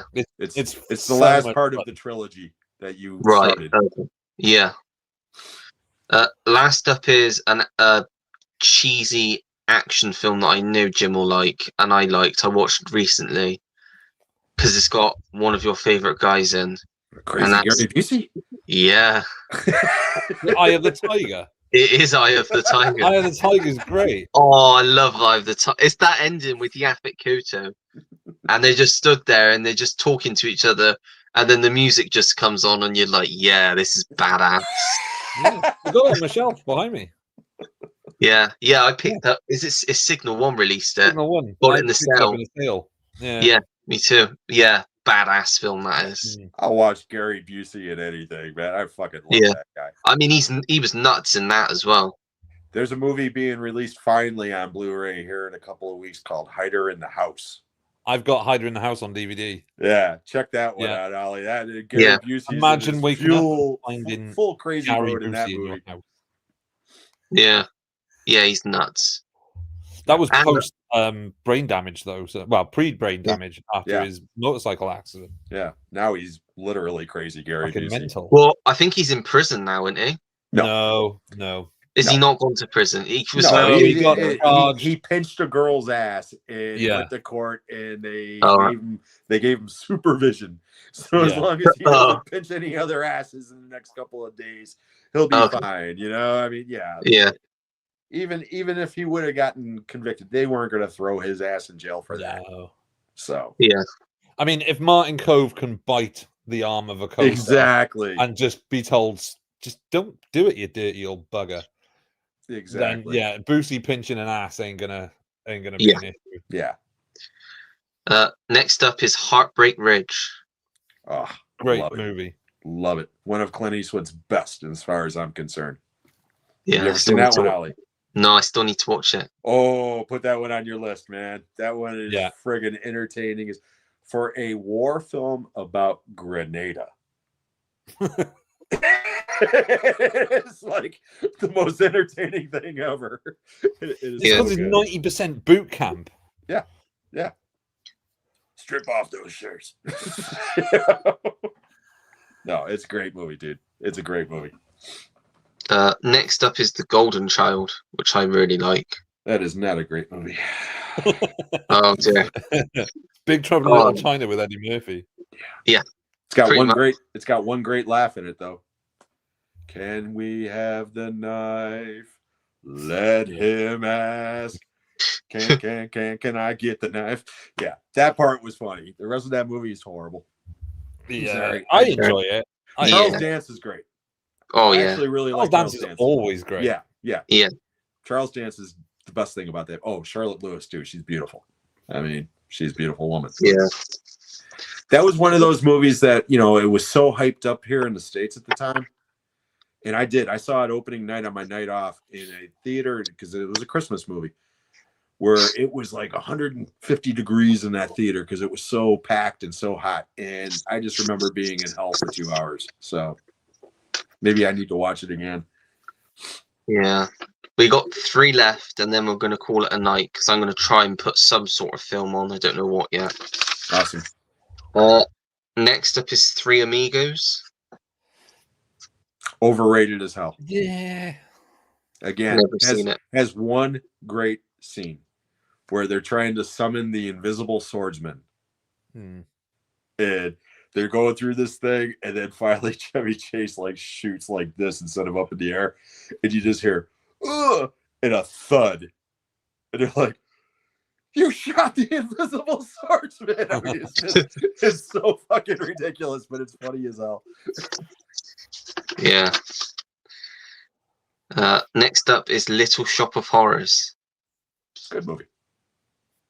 Yeah. For a musical, good movie.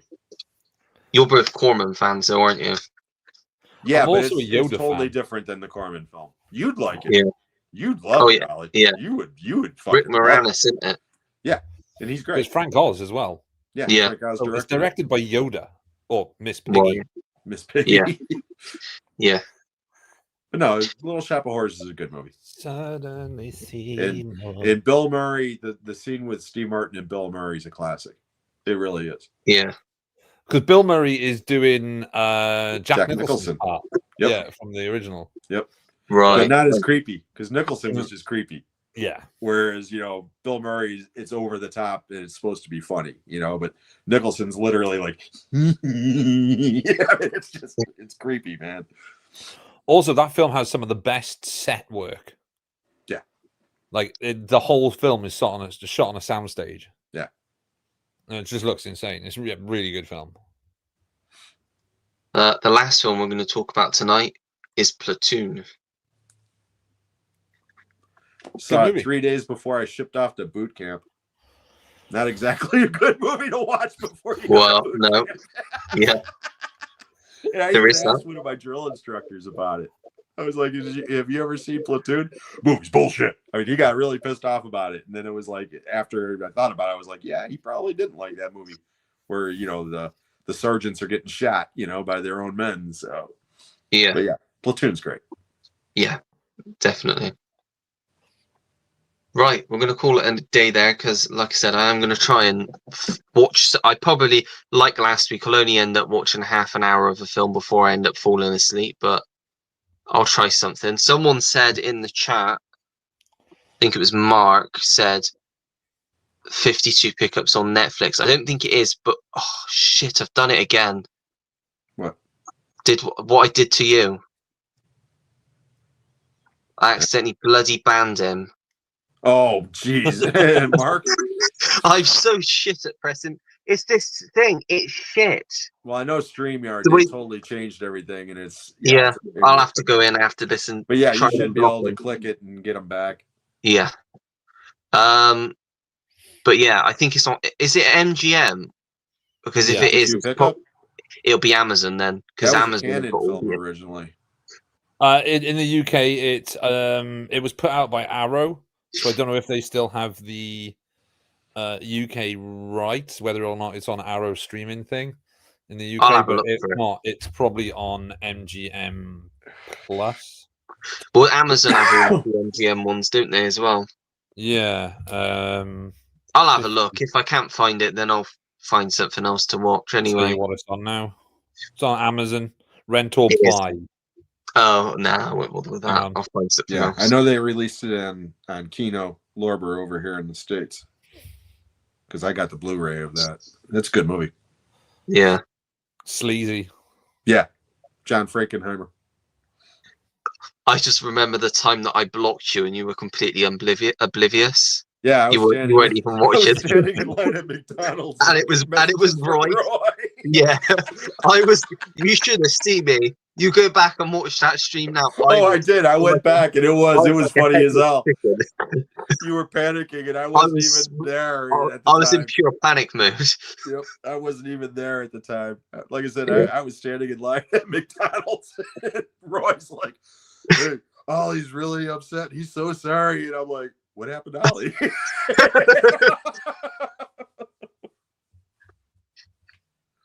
Yeah. Well, yeah, we're going to call it a night there then. So thanks for joining, guys. no And worries. yeah, we'll be Always back fun. again next week. Yep. Yeah. It's always good to talk to you guys. Yeah. Yeah, thanks, guys. Have a good one. And Good you. night, everybody. Bye, guys.